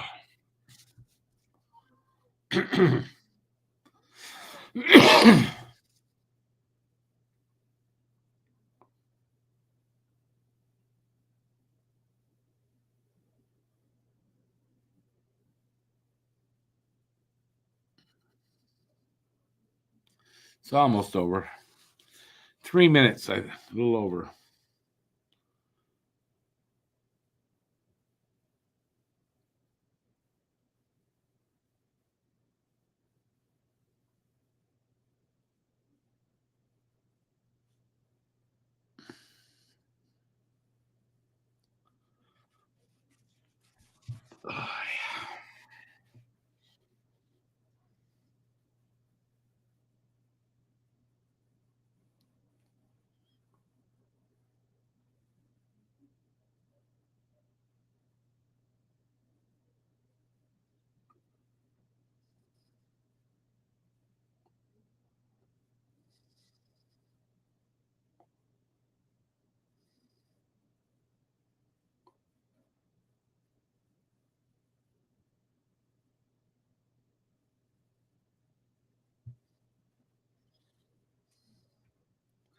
It needs something, that's for sure.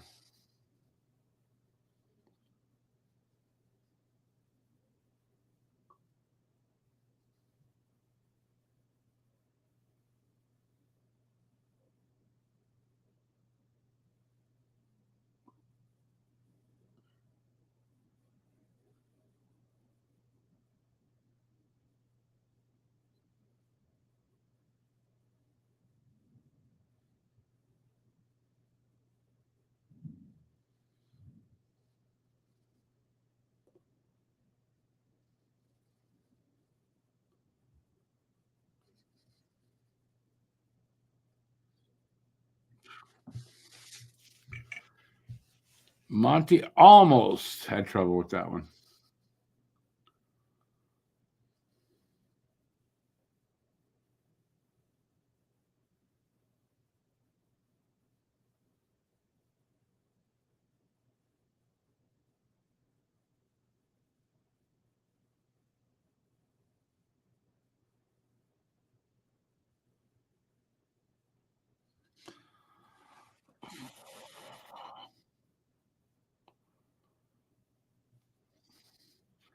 You got the wrong Savard for that.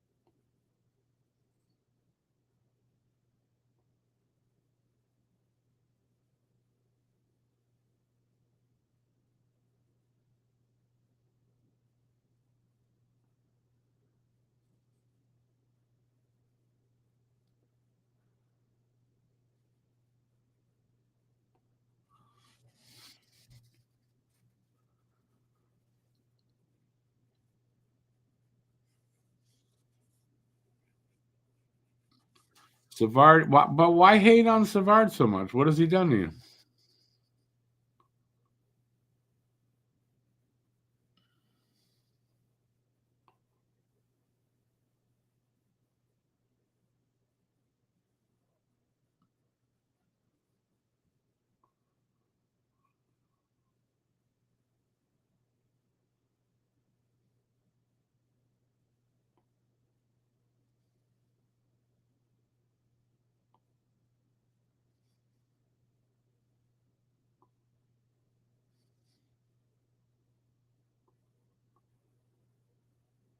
Oh boy, I'm fading fast for some reason.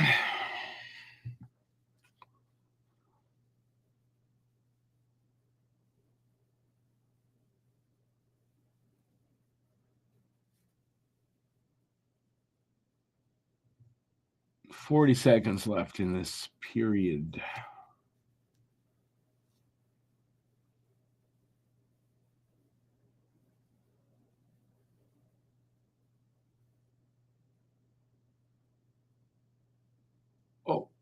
Oh, I mean, that was a nice pass by Savard right there to Slav. Not bad for a cheeseburger. Slav couldn't do anything with the pass, but that wasn't Savard's fault.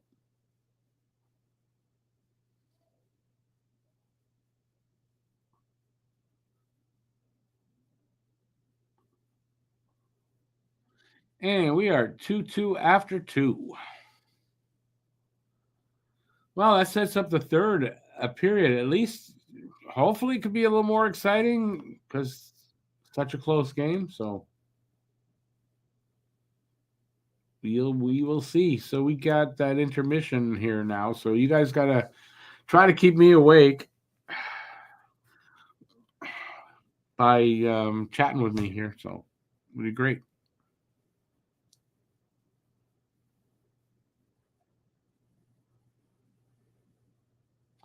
Now, how did you get to calling? Okay, how did you get to calling Savard Scarf? That's just interesting to me. Is that just autocorrect or something? That's funny. So Savard is a great pro defensive defenseman. Block shot. He's a block shotting a shot blocking beast. Excuse me, get it right. Really good leader. He's another coach on the bench and on the ice. Jack, I loves him, swears by him. It just loves the guy. So yeah, I don't see what makes him a cheeseburger. I get that he's older, he's a little slow. I get that part, but it still doesn't, to me, make him um, a cheeseburger.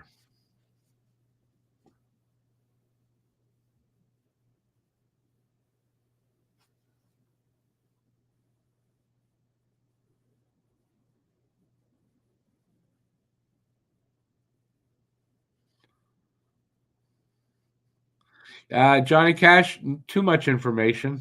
I would not have known at all.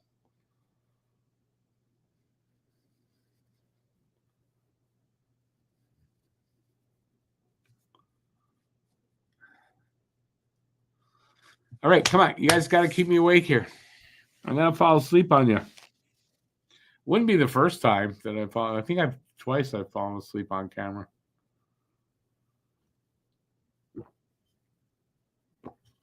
Been a long time though since it. Well, not the first time was a long time ago.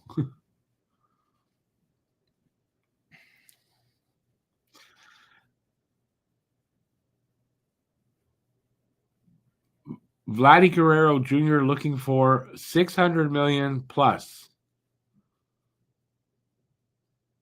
Okay, way too much money. And there's no need to wipe the seat.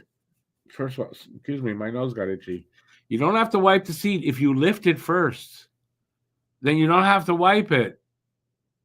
And there's much more area, and you're not like in this, it's much easier.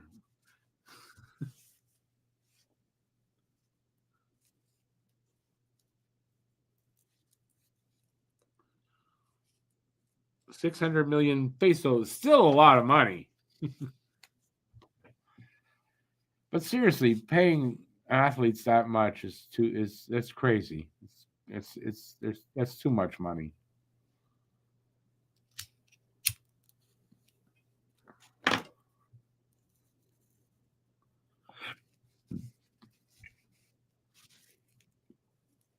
We're gonna have our first $1 billion player soon. No, was that those kind of numbers?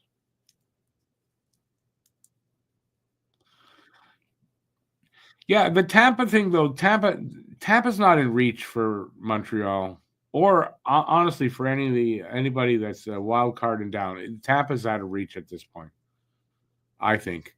So it's just Buffalo. That's like they can't win anymore.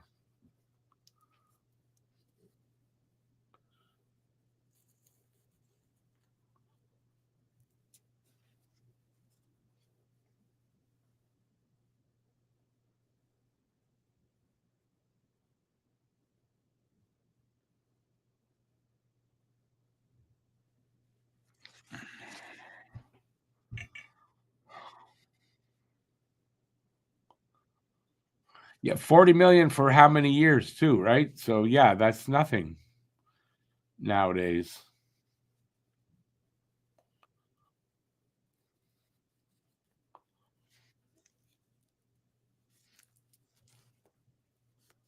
I remember back, this is baseball, but I remember back when Gary Carter was the first $1 million player here in sports in Montreal anyway. And there weren't too many in baseball at the time. And that was like, wow, $1 million. And now it's nothing. That's like league average. It's crazy.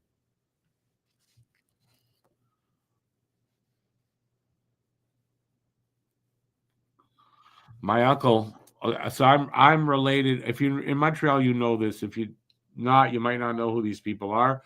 Maisland Transport, big trucking company back in the day. So Sidney Maisland, my uncle, through marriage, no blood, was a 10% owner of the Expos. So and that was at the time when Gary Carter became this $1 million player. He fucking hated him for that. I didn't like I saw him a few times. My uncle said, but not that often. But every time I'd see him, he'd say something about it. Like he was really pissed off at that. And now, what's $1 million today?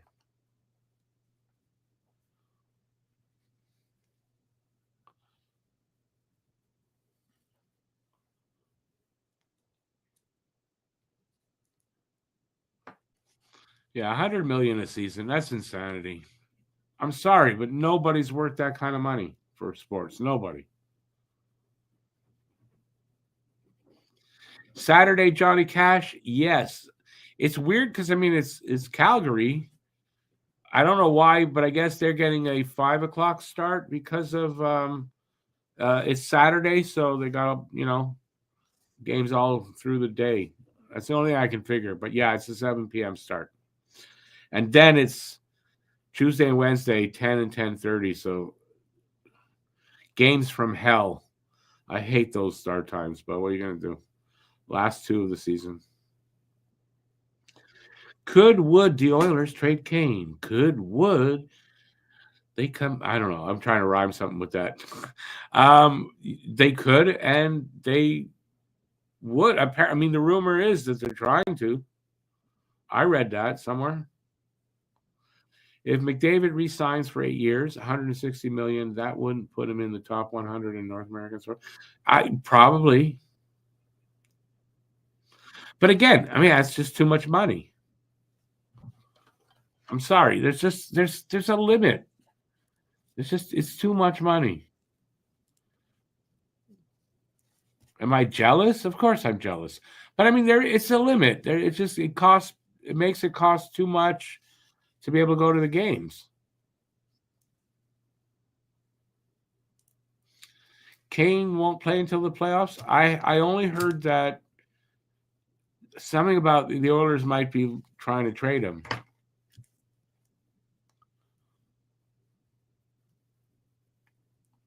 I hear Matt Kachuk talking about, yeah, I hope I'm back for the playoffs. Of course you're going to be back for the playoffs. Everybody knew that.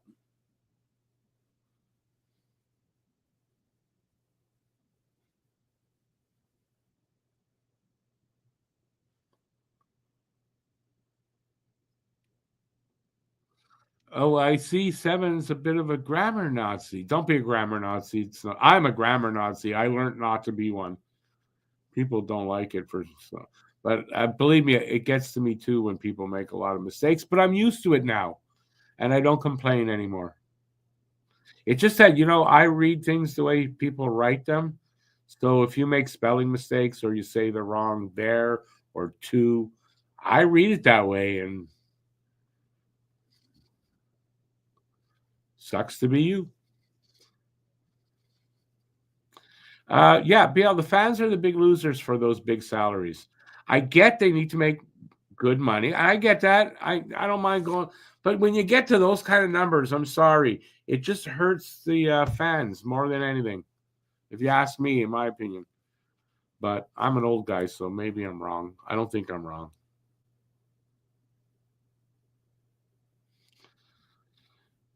Yep, we have a grammar. Listen, I try to always spell as properly as I can remember. But yeah, I mean, I try to do that. Even if I'm texting, I don't like to I like to put commas where they're supposed to be. Those kind like do that and cross your T's and dot your I's. That's me. Yeah, that's that LTIR playoff trick. It's legal. They got to just close that loophole in the next CBA.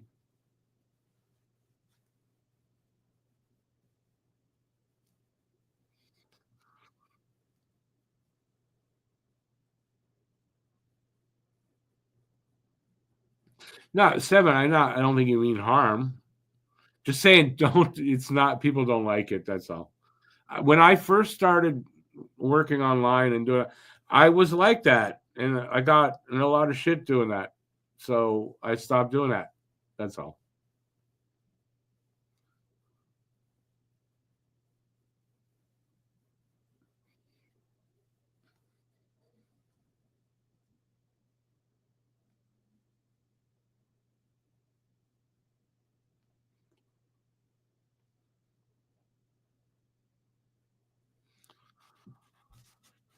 But at one time, a Habs Calgary game, I mean, it was two good teams.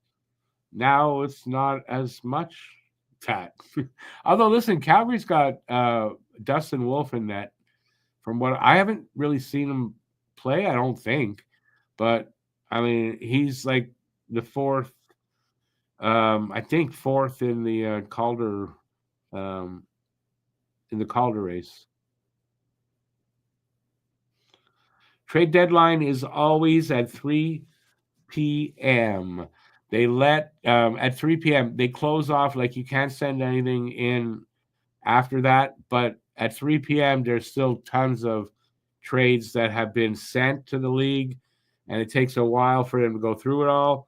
So, but 3 p.m. it shuts down. You can't make any new ones, and it takes them an hour or so to get through everything for all the announcements. So that's why tomorrow I'll go from like 2 to 4, so we catch all the last stuff. I don't know what. There's not a ton of big names, so I don't know what tomorrow will look like. I just remember seeing a big trade board. It had the top 12 names to be traded. I saw a bunch of those names go today. So I don't know what's left, to be honest.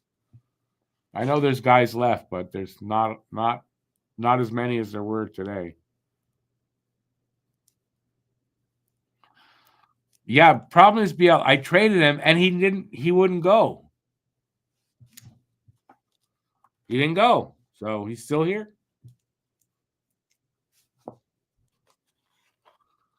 He asked me for money for the job and I refused. So I told him, I said, listen, I would pay you, but I don't like paying people for not showing up. I just don't like doing that. So I'm the one that should be paid. I show up every game.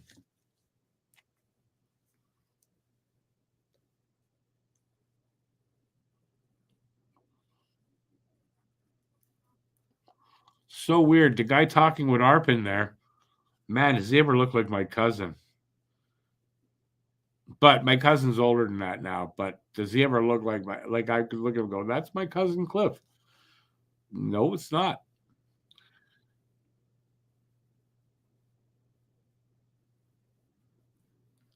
Yeah, I don't pay attention as much. So I read Arpin every now and then. But now with the Athletic, which I have a subscription to, but it depends how they post online. So if they post something, but it's coming from the New York Times, which owns them, if they're putting it out, I can't read it, even though I have a subscription. But I don't have one to the New York Times. Right? So if I just go online to the Athletic, I can see everything. it's weird and it pisses me off. Anyway, I only pay him a buck a month for the Athletic. When it's over, goes back to 10. I cancel until they send me another offer for a buck a month, and then I do it.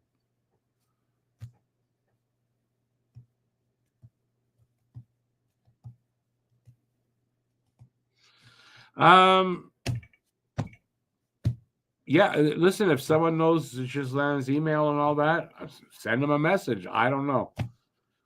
In my experience, will he come back? Probably not.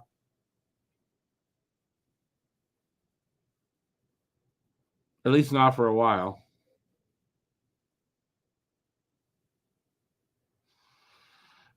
Seven, I have a hunch that Arpin does own a notebook, but it's a computer. And that's why he doesn't have it. I'm sorry, too. I would tell him I'm sorry that I pissed him off, but he hasn't come back. And I don't have Ghislaine's email. I don't have everybody's email. That's probably my fault that I should have you guys' emails somehow.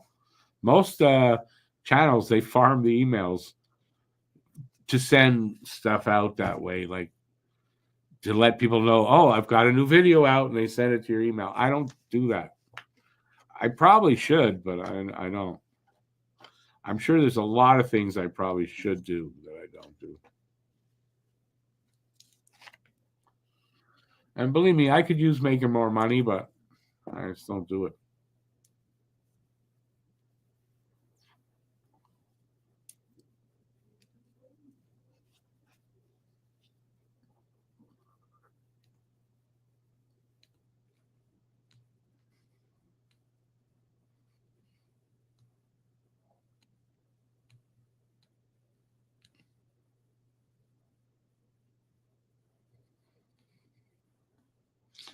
No, you're wrong. Seven. Guylaine would be Guylaine. That's Guylaine. That's Ghislaine. That's not spelled the same at all. Because what you wrote there, that's Guylaine. And Guylaine is, as far as I've ever met a Guylaine, is a woman. Ghislaine could be either. I think Ghislaine, he spells it without the E at the end, and with the E is a woman. But a man is without the E at the end.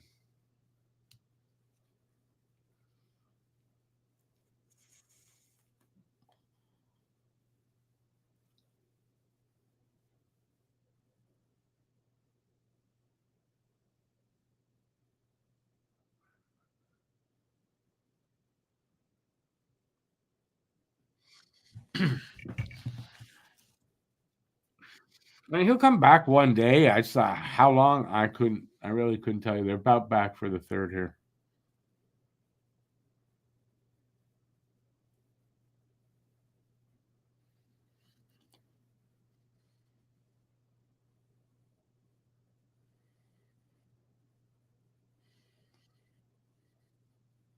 I don't get this. The smelling salt stuff. Why they put it at their freaking eyes? Their eyes can smell it, or it burnt. Like, why would you want that to burn your eyes a little bit? I guess it wakes you up, keeps you. I don't know. It's weird. But I noticed Caufield and Hudson, they put it near their eyes.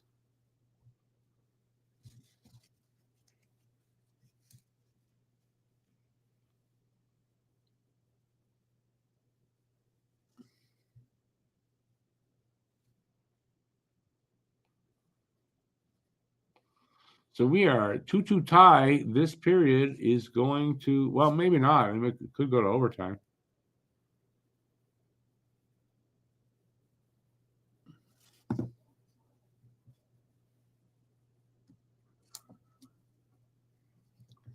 Oh, God, my eyes are burning. Oh.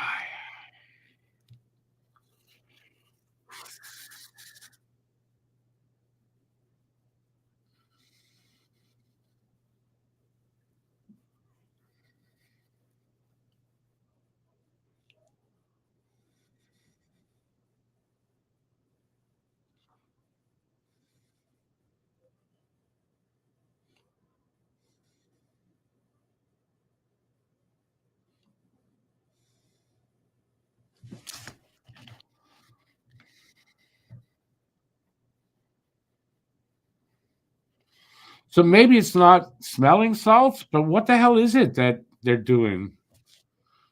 It's not like, to me it's smelling salts, but I can't imagine putting that stuff around your eyes.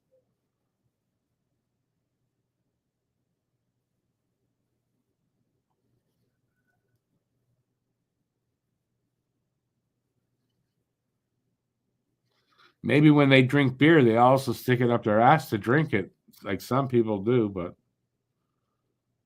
maybe they're just weird.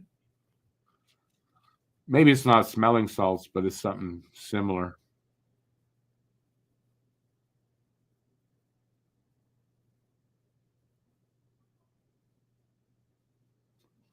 Ah! Ah!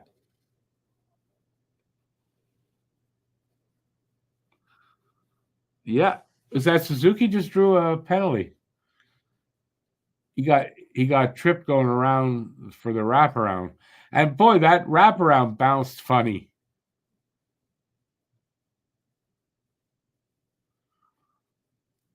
Is that Bouchard tripping?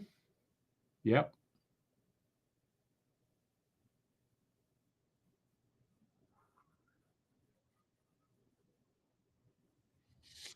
Can't say Bouchard did that on purpose. His stick got caught there. I don't think he did that on purpose. But it still counts.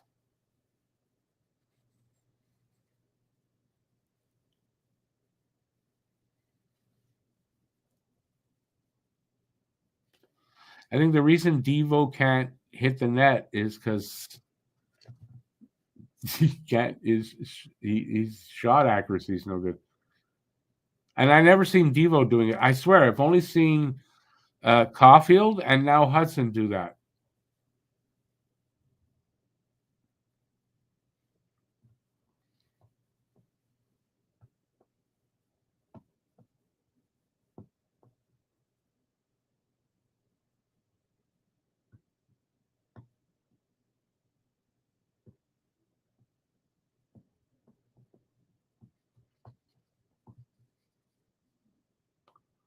Oh shit! Hudson give away. Wow, what a horrible, horrible breakaway attempt by whoever that was.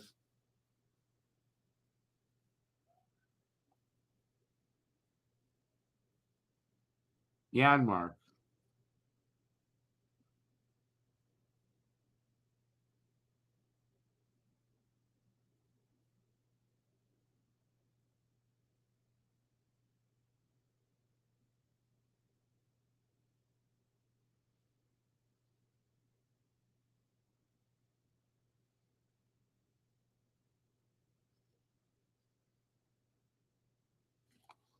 Hudson got lucky there. I mean, clear mistake by him, and it didn't cost anything.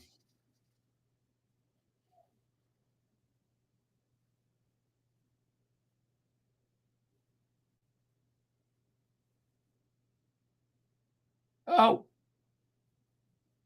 nice little play there by Matheson. Oh, Caufield getting in a fight? What's going on?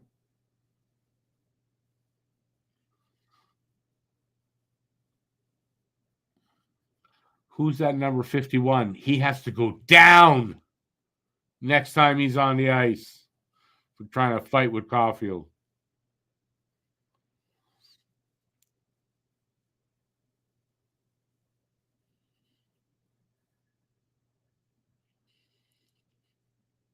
Yeah, I doubt they're hard drugs, but I'm really just curious what it is.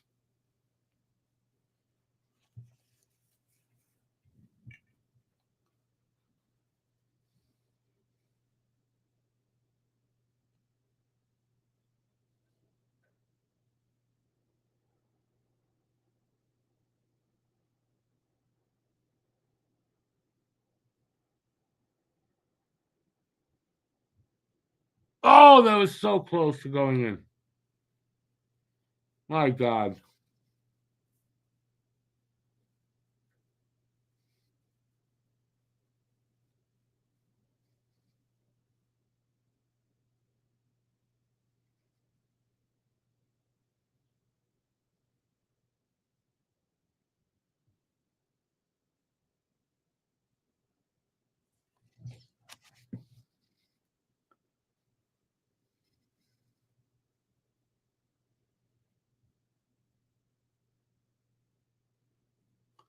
Yeah, that's what smelling salts are for. It's ammonia. You don't want to put that around your eyes.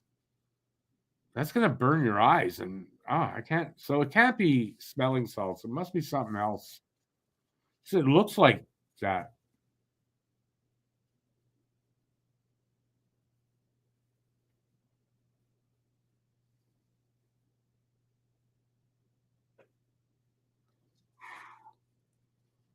That was close. 5 minutes into this third period.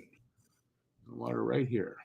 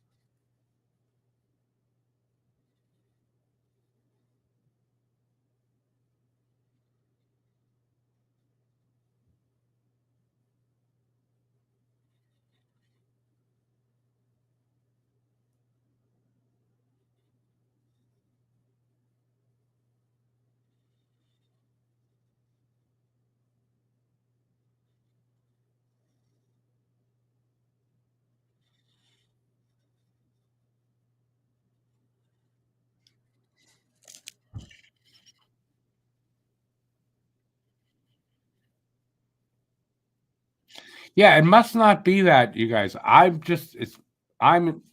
assuming it is. I gotta assume it actually isn't that. It looks like smelling salts from what I remember. No way you put that stuff near your eyes. That's ridiculous. So it can't be that. Believe me, they wouldn't let them do it if it's that, I'm sure.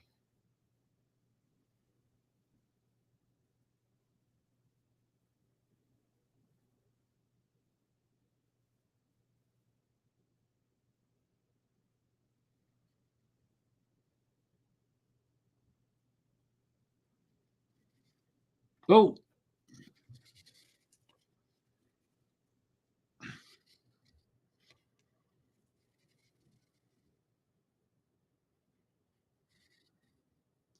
this period much better than the second.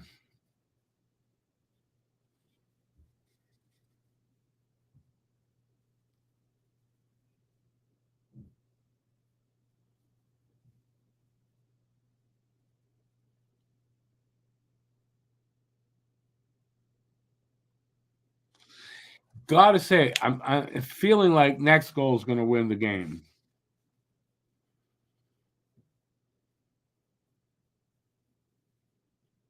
Still 12 minutes to go, but just feeling it.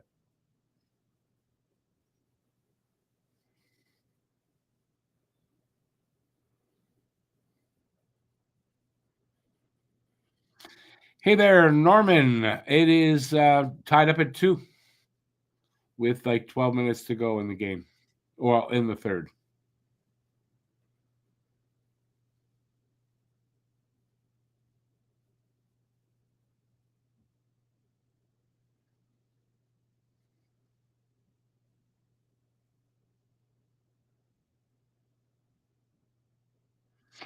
Well, no, but smelling salts is ammonia. That don't smell good. I don't think you can make them. Can you make ammonia smell good? Maybe you can. I don't know. I don't know what it is in there.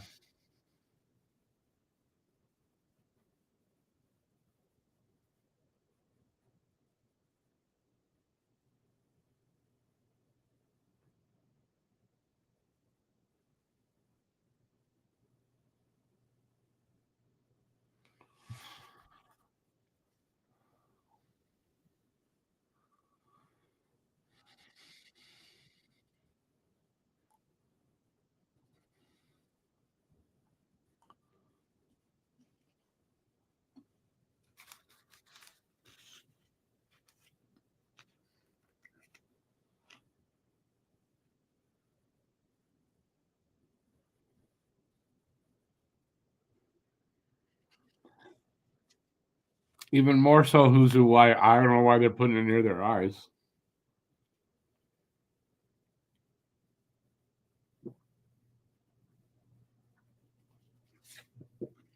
Hence why I don't think it's smelling salts. It's something else, obviously.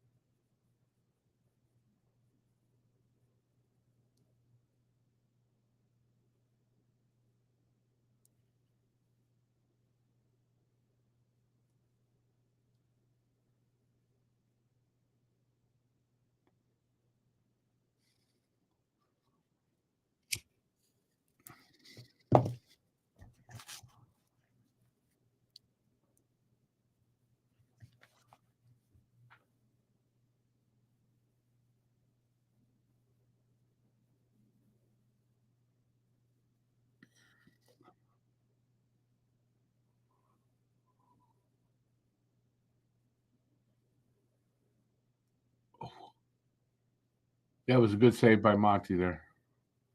Wow. I think it hit him more than anything, but still in the right spot to make the save.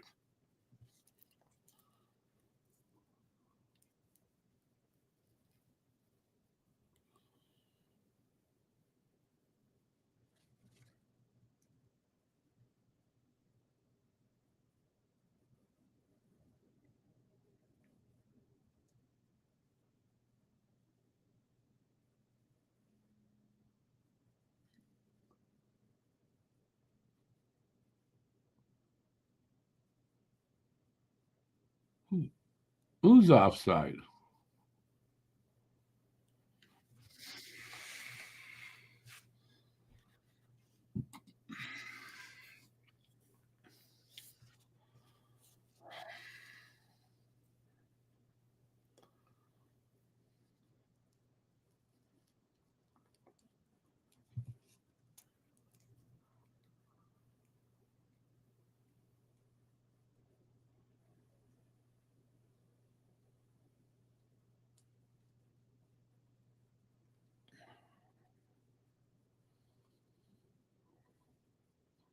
Under 10 to go, halfway through this period.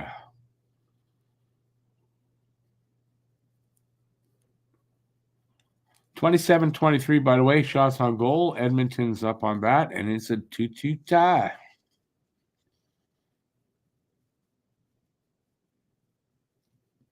Centers, I couldn't tell you, David.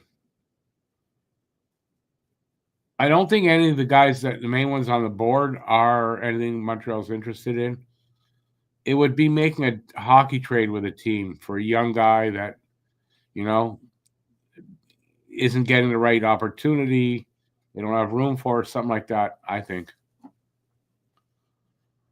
Or they make a big trade where they get a solid guy. You got to give up stuff to get. So, but I don't know names off the top of my head.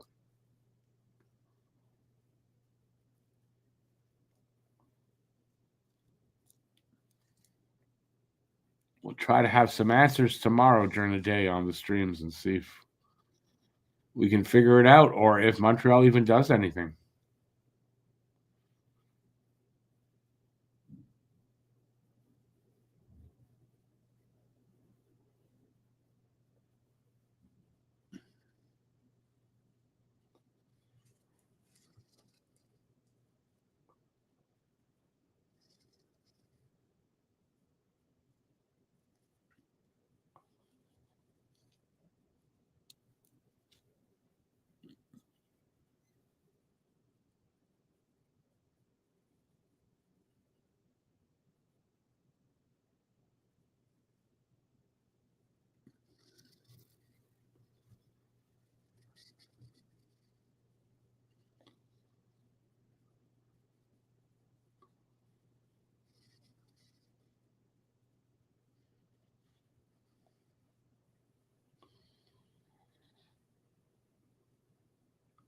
Going for a commercial break. Under 8 minutes to go.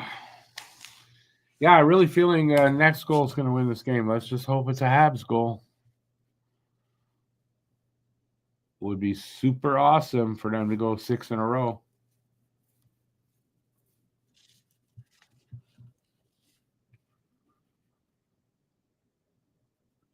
Anyways, the Oilers, for me, like I said, there were, when I first took a look at it, I think there were 24 games left.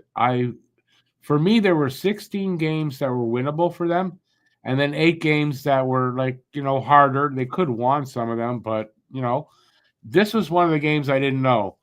For them, if they can win this game, I think that's a real big boost for their chances to make the postseason. Now, I don't think it means they will, but it helps. Losing this game, they still have a lot of games where they should win and they should still be fine, but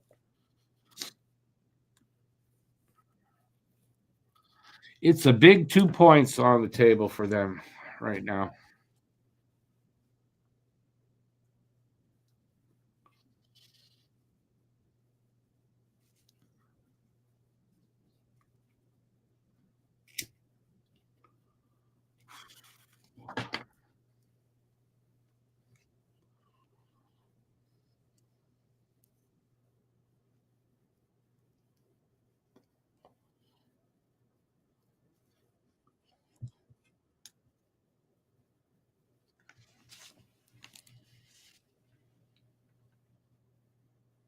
Oilers are in a slump.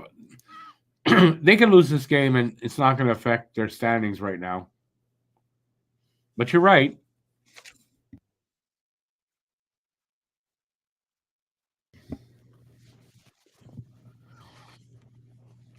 But I mean, they want to win this game, no doubt. They want to break this slump.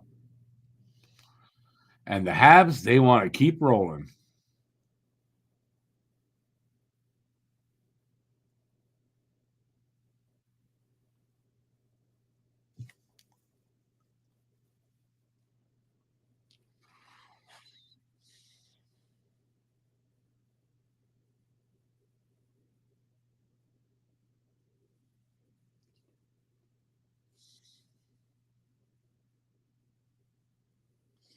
Caufield laid a hit on Perry. Not much of one.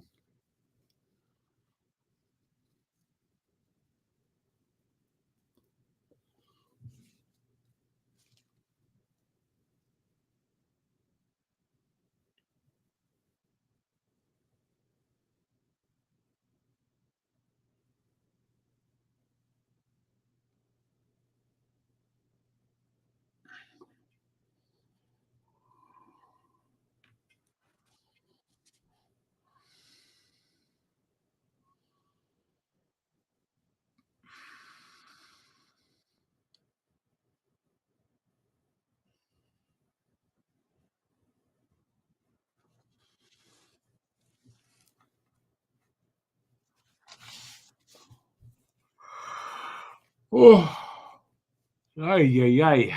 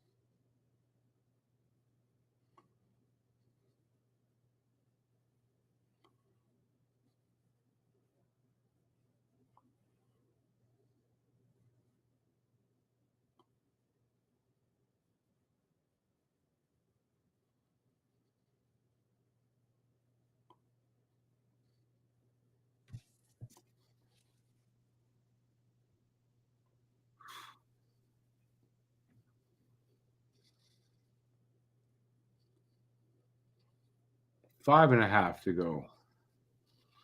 Boy, oh boy, the next goal is going to be the winning goal.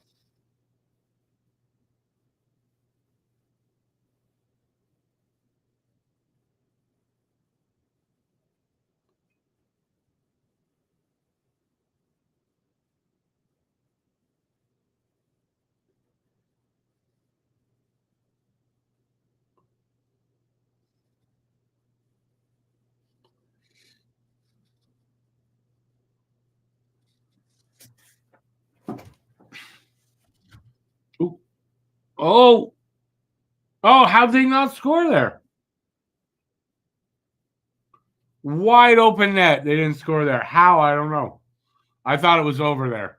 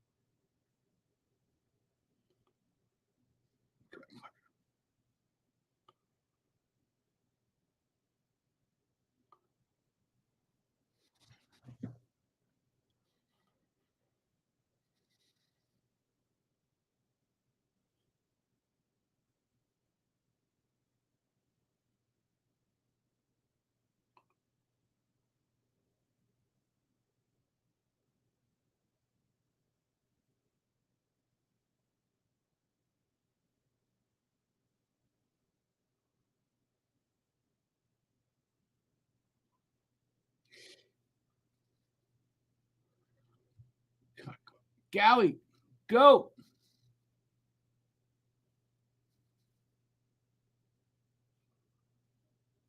Too bad Galley's not faster. He's not a fast skater. Under 3 minutes.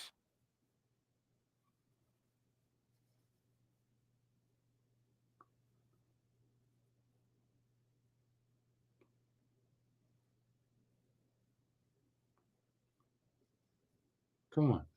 That's it.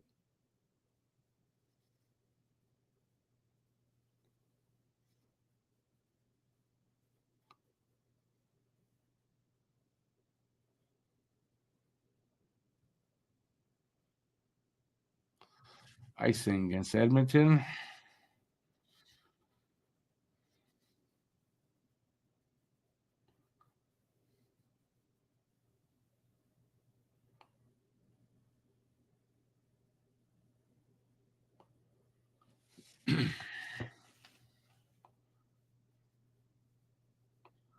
$2.25 to play.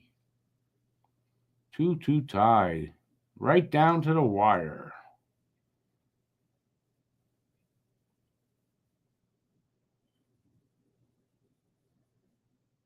Another icing. OT, maybe. Well, I'll just say this. Either Habs win it here or at least get to OT, get that point. Because like I said, they need points in every game. So, yeah, let's hope it goes to OT if we're not going to score the winner in regulation.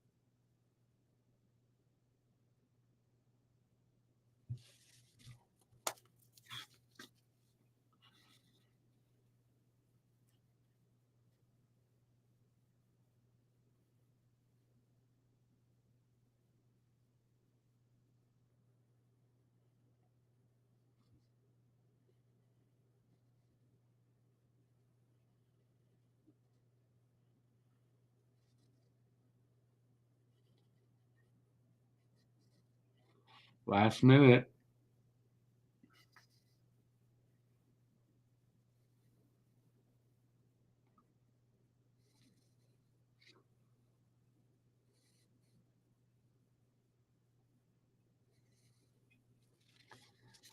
Get it to OT at this point, boys.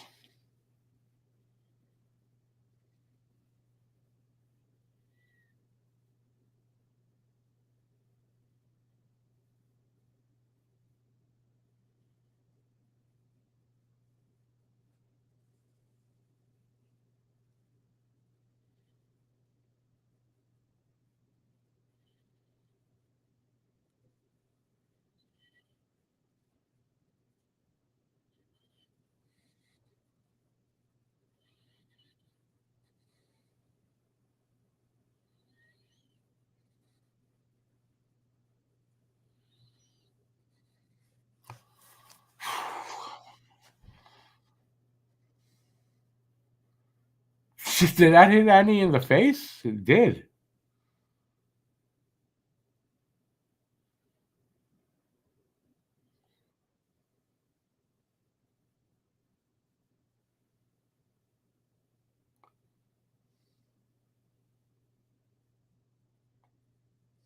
Win the draw, boys.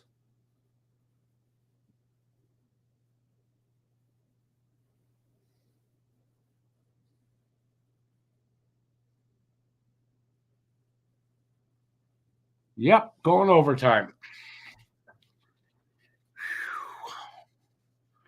Crazy. That's crazy shit that is going overtime. I don't know why, but it's just they got another opportunity to win to extend this streak. Hang on, I gotta take some meds.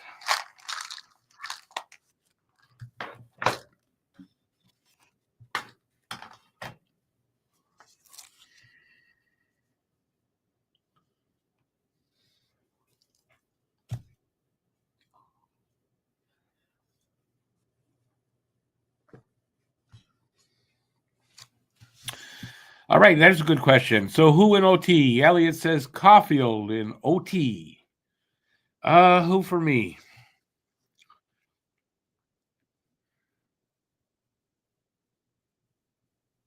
I'll go for Hudson because I know he'll be out on the ice. So Hudson for me. And if it's Oilers, Draisaitl, why not?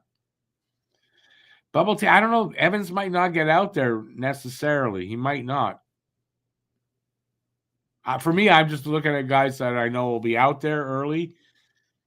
But it's fine. Evans is fine. Obviously. Don't play Line. No, it's going to be Suzuki. Suzuki, maybe Suzuki Hudson and Dvorak. He'll take the draw. If they win it, he goes off right away, and Caufield comes out. That's how they work it.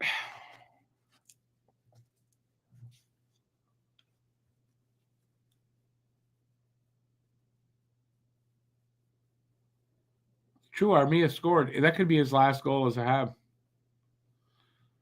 David says McDavid. Guru says Suzuki. Johnny Cash says Suzuki. David says Suzuki for the Habs. Joe, you made it for the OT. Devo taking the draw against Draisaitl.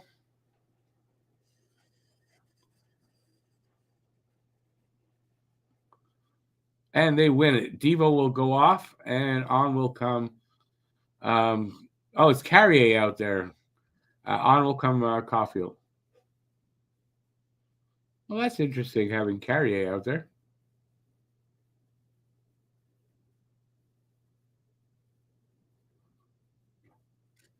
Man, they almost just gave it away there. Almost. They got the puck back. Come on, boys.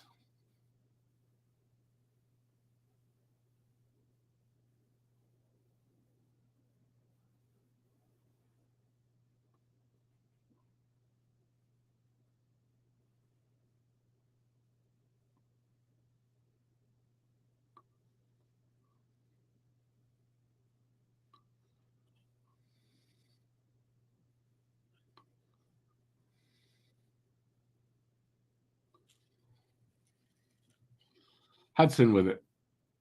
Drops it. Who the hell has it? Slav.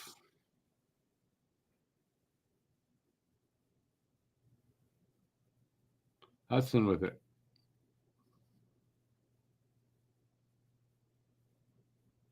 Slav couldn't get anything on that because it hit his stick. That sucked.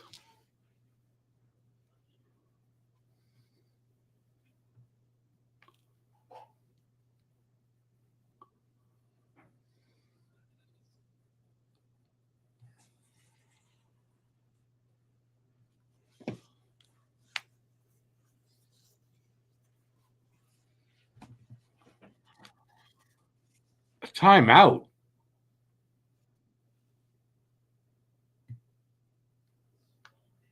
Oilers took a timeout. That's odd.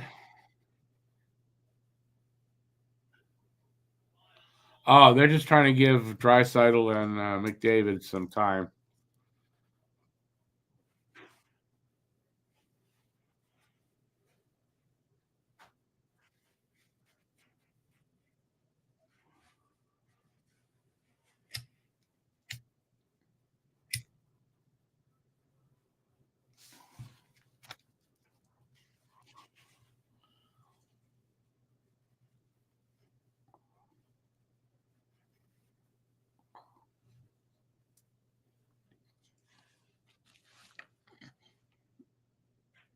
Yeah, we got Evans, Matheson, and Devo.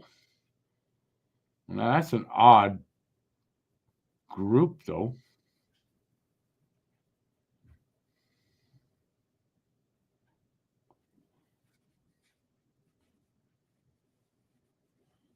Oh, nice steal there by Evans.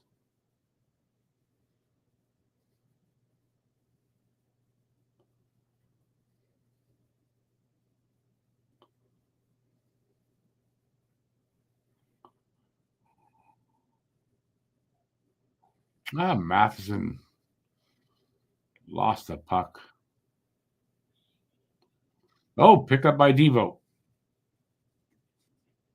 Suzuki hits the shin guard of whoever that was in front of him. McDavid with it. Suzuki took it away from him pretty much.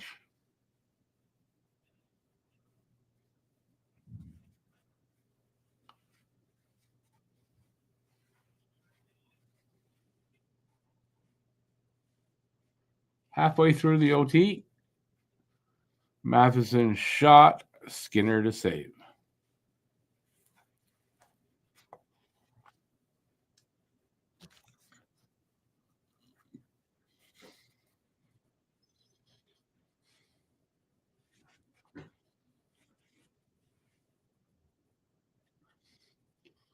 Man, McDavid was holding Suzuki's stick there.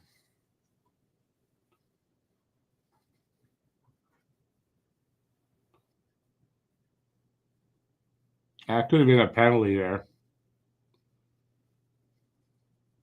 2-on-1. Good play by Slav there defensively.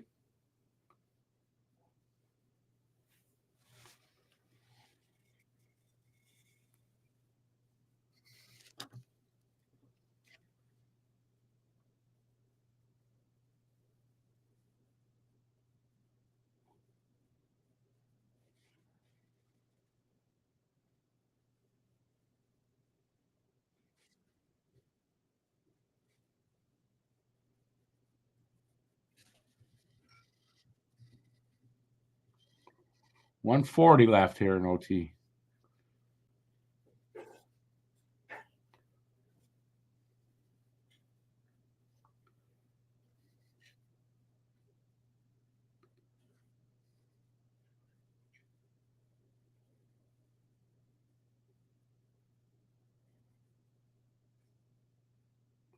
Oh, Caufield.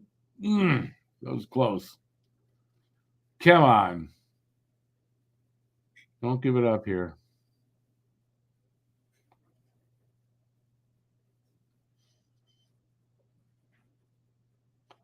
Minute left in OT.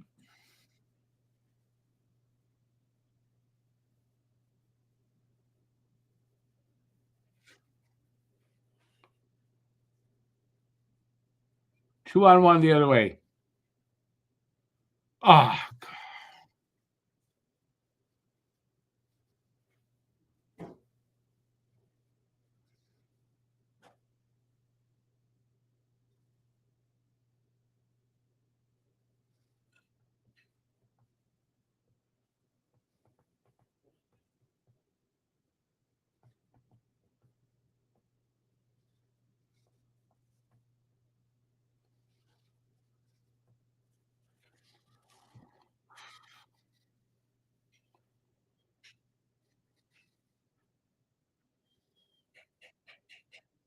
and they score with 6.9 seconds. Who is it that scored? Bouchard. Glad it went to overtime because we got a point out of it. I didn't expect them really to beat Edmonton anyway, and I'm happy we got that point because that point's going to end up maybe being big. So, too bad, but good job on the Habs. They couldn't make it 6 in a row, but man, they came close. Too bad. That's really too bad. Damn it. But that 1 point, I'm telling you, man, that could be big, you know, when it comes down to it at the end. So 6.9 seconds left. That close to a 6th in a row. Damn it. Hey, Chicago Joe. Yeah, an important point. Listen, they got to get points out of every game. Like literally, they need that. So now they're not going to. So when you can, you got to get them. You get off work late. Yeah, it was a really good. It was a good game. Second period sucked really overall. First and third were really good. So Skinner, Bouchard, and Hudson. Why did Skinner get a star here? Honestly, not a first. Skinner shouldn't have gotten a first. Right? Would you agree with that?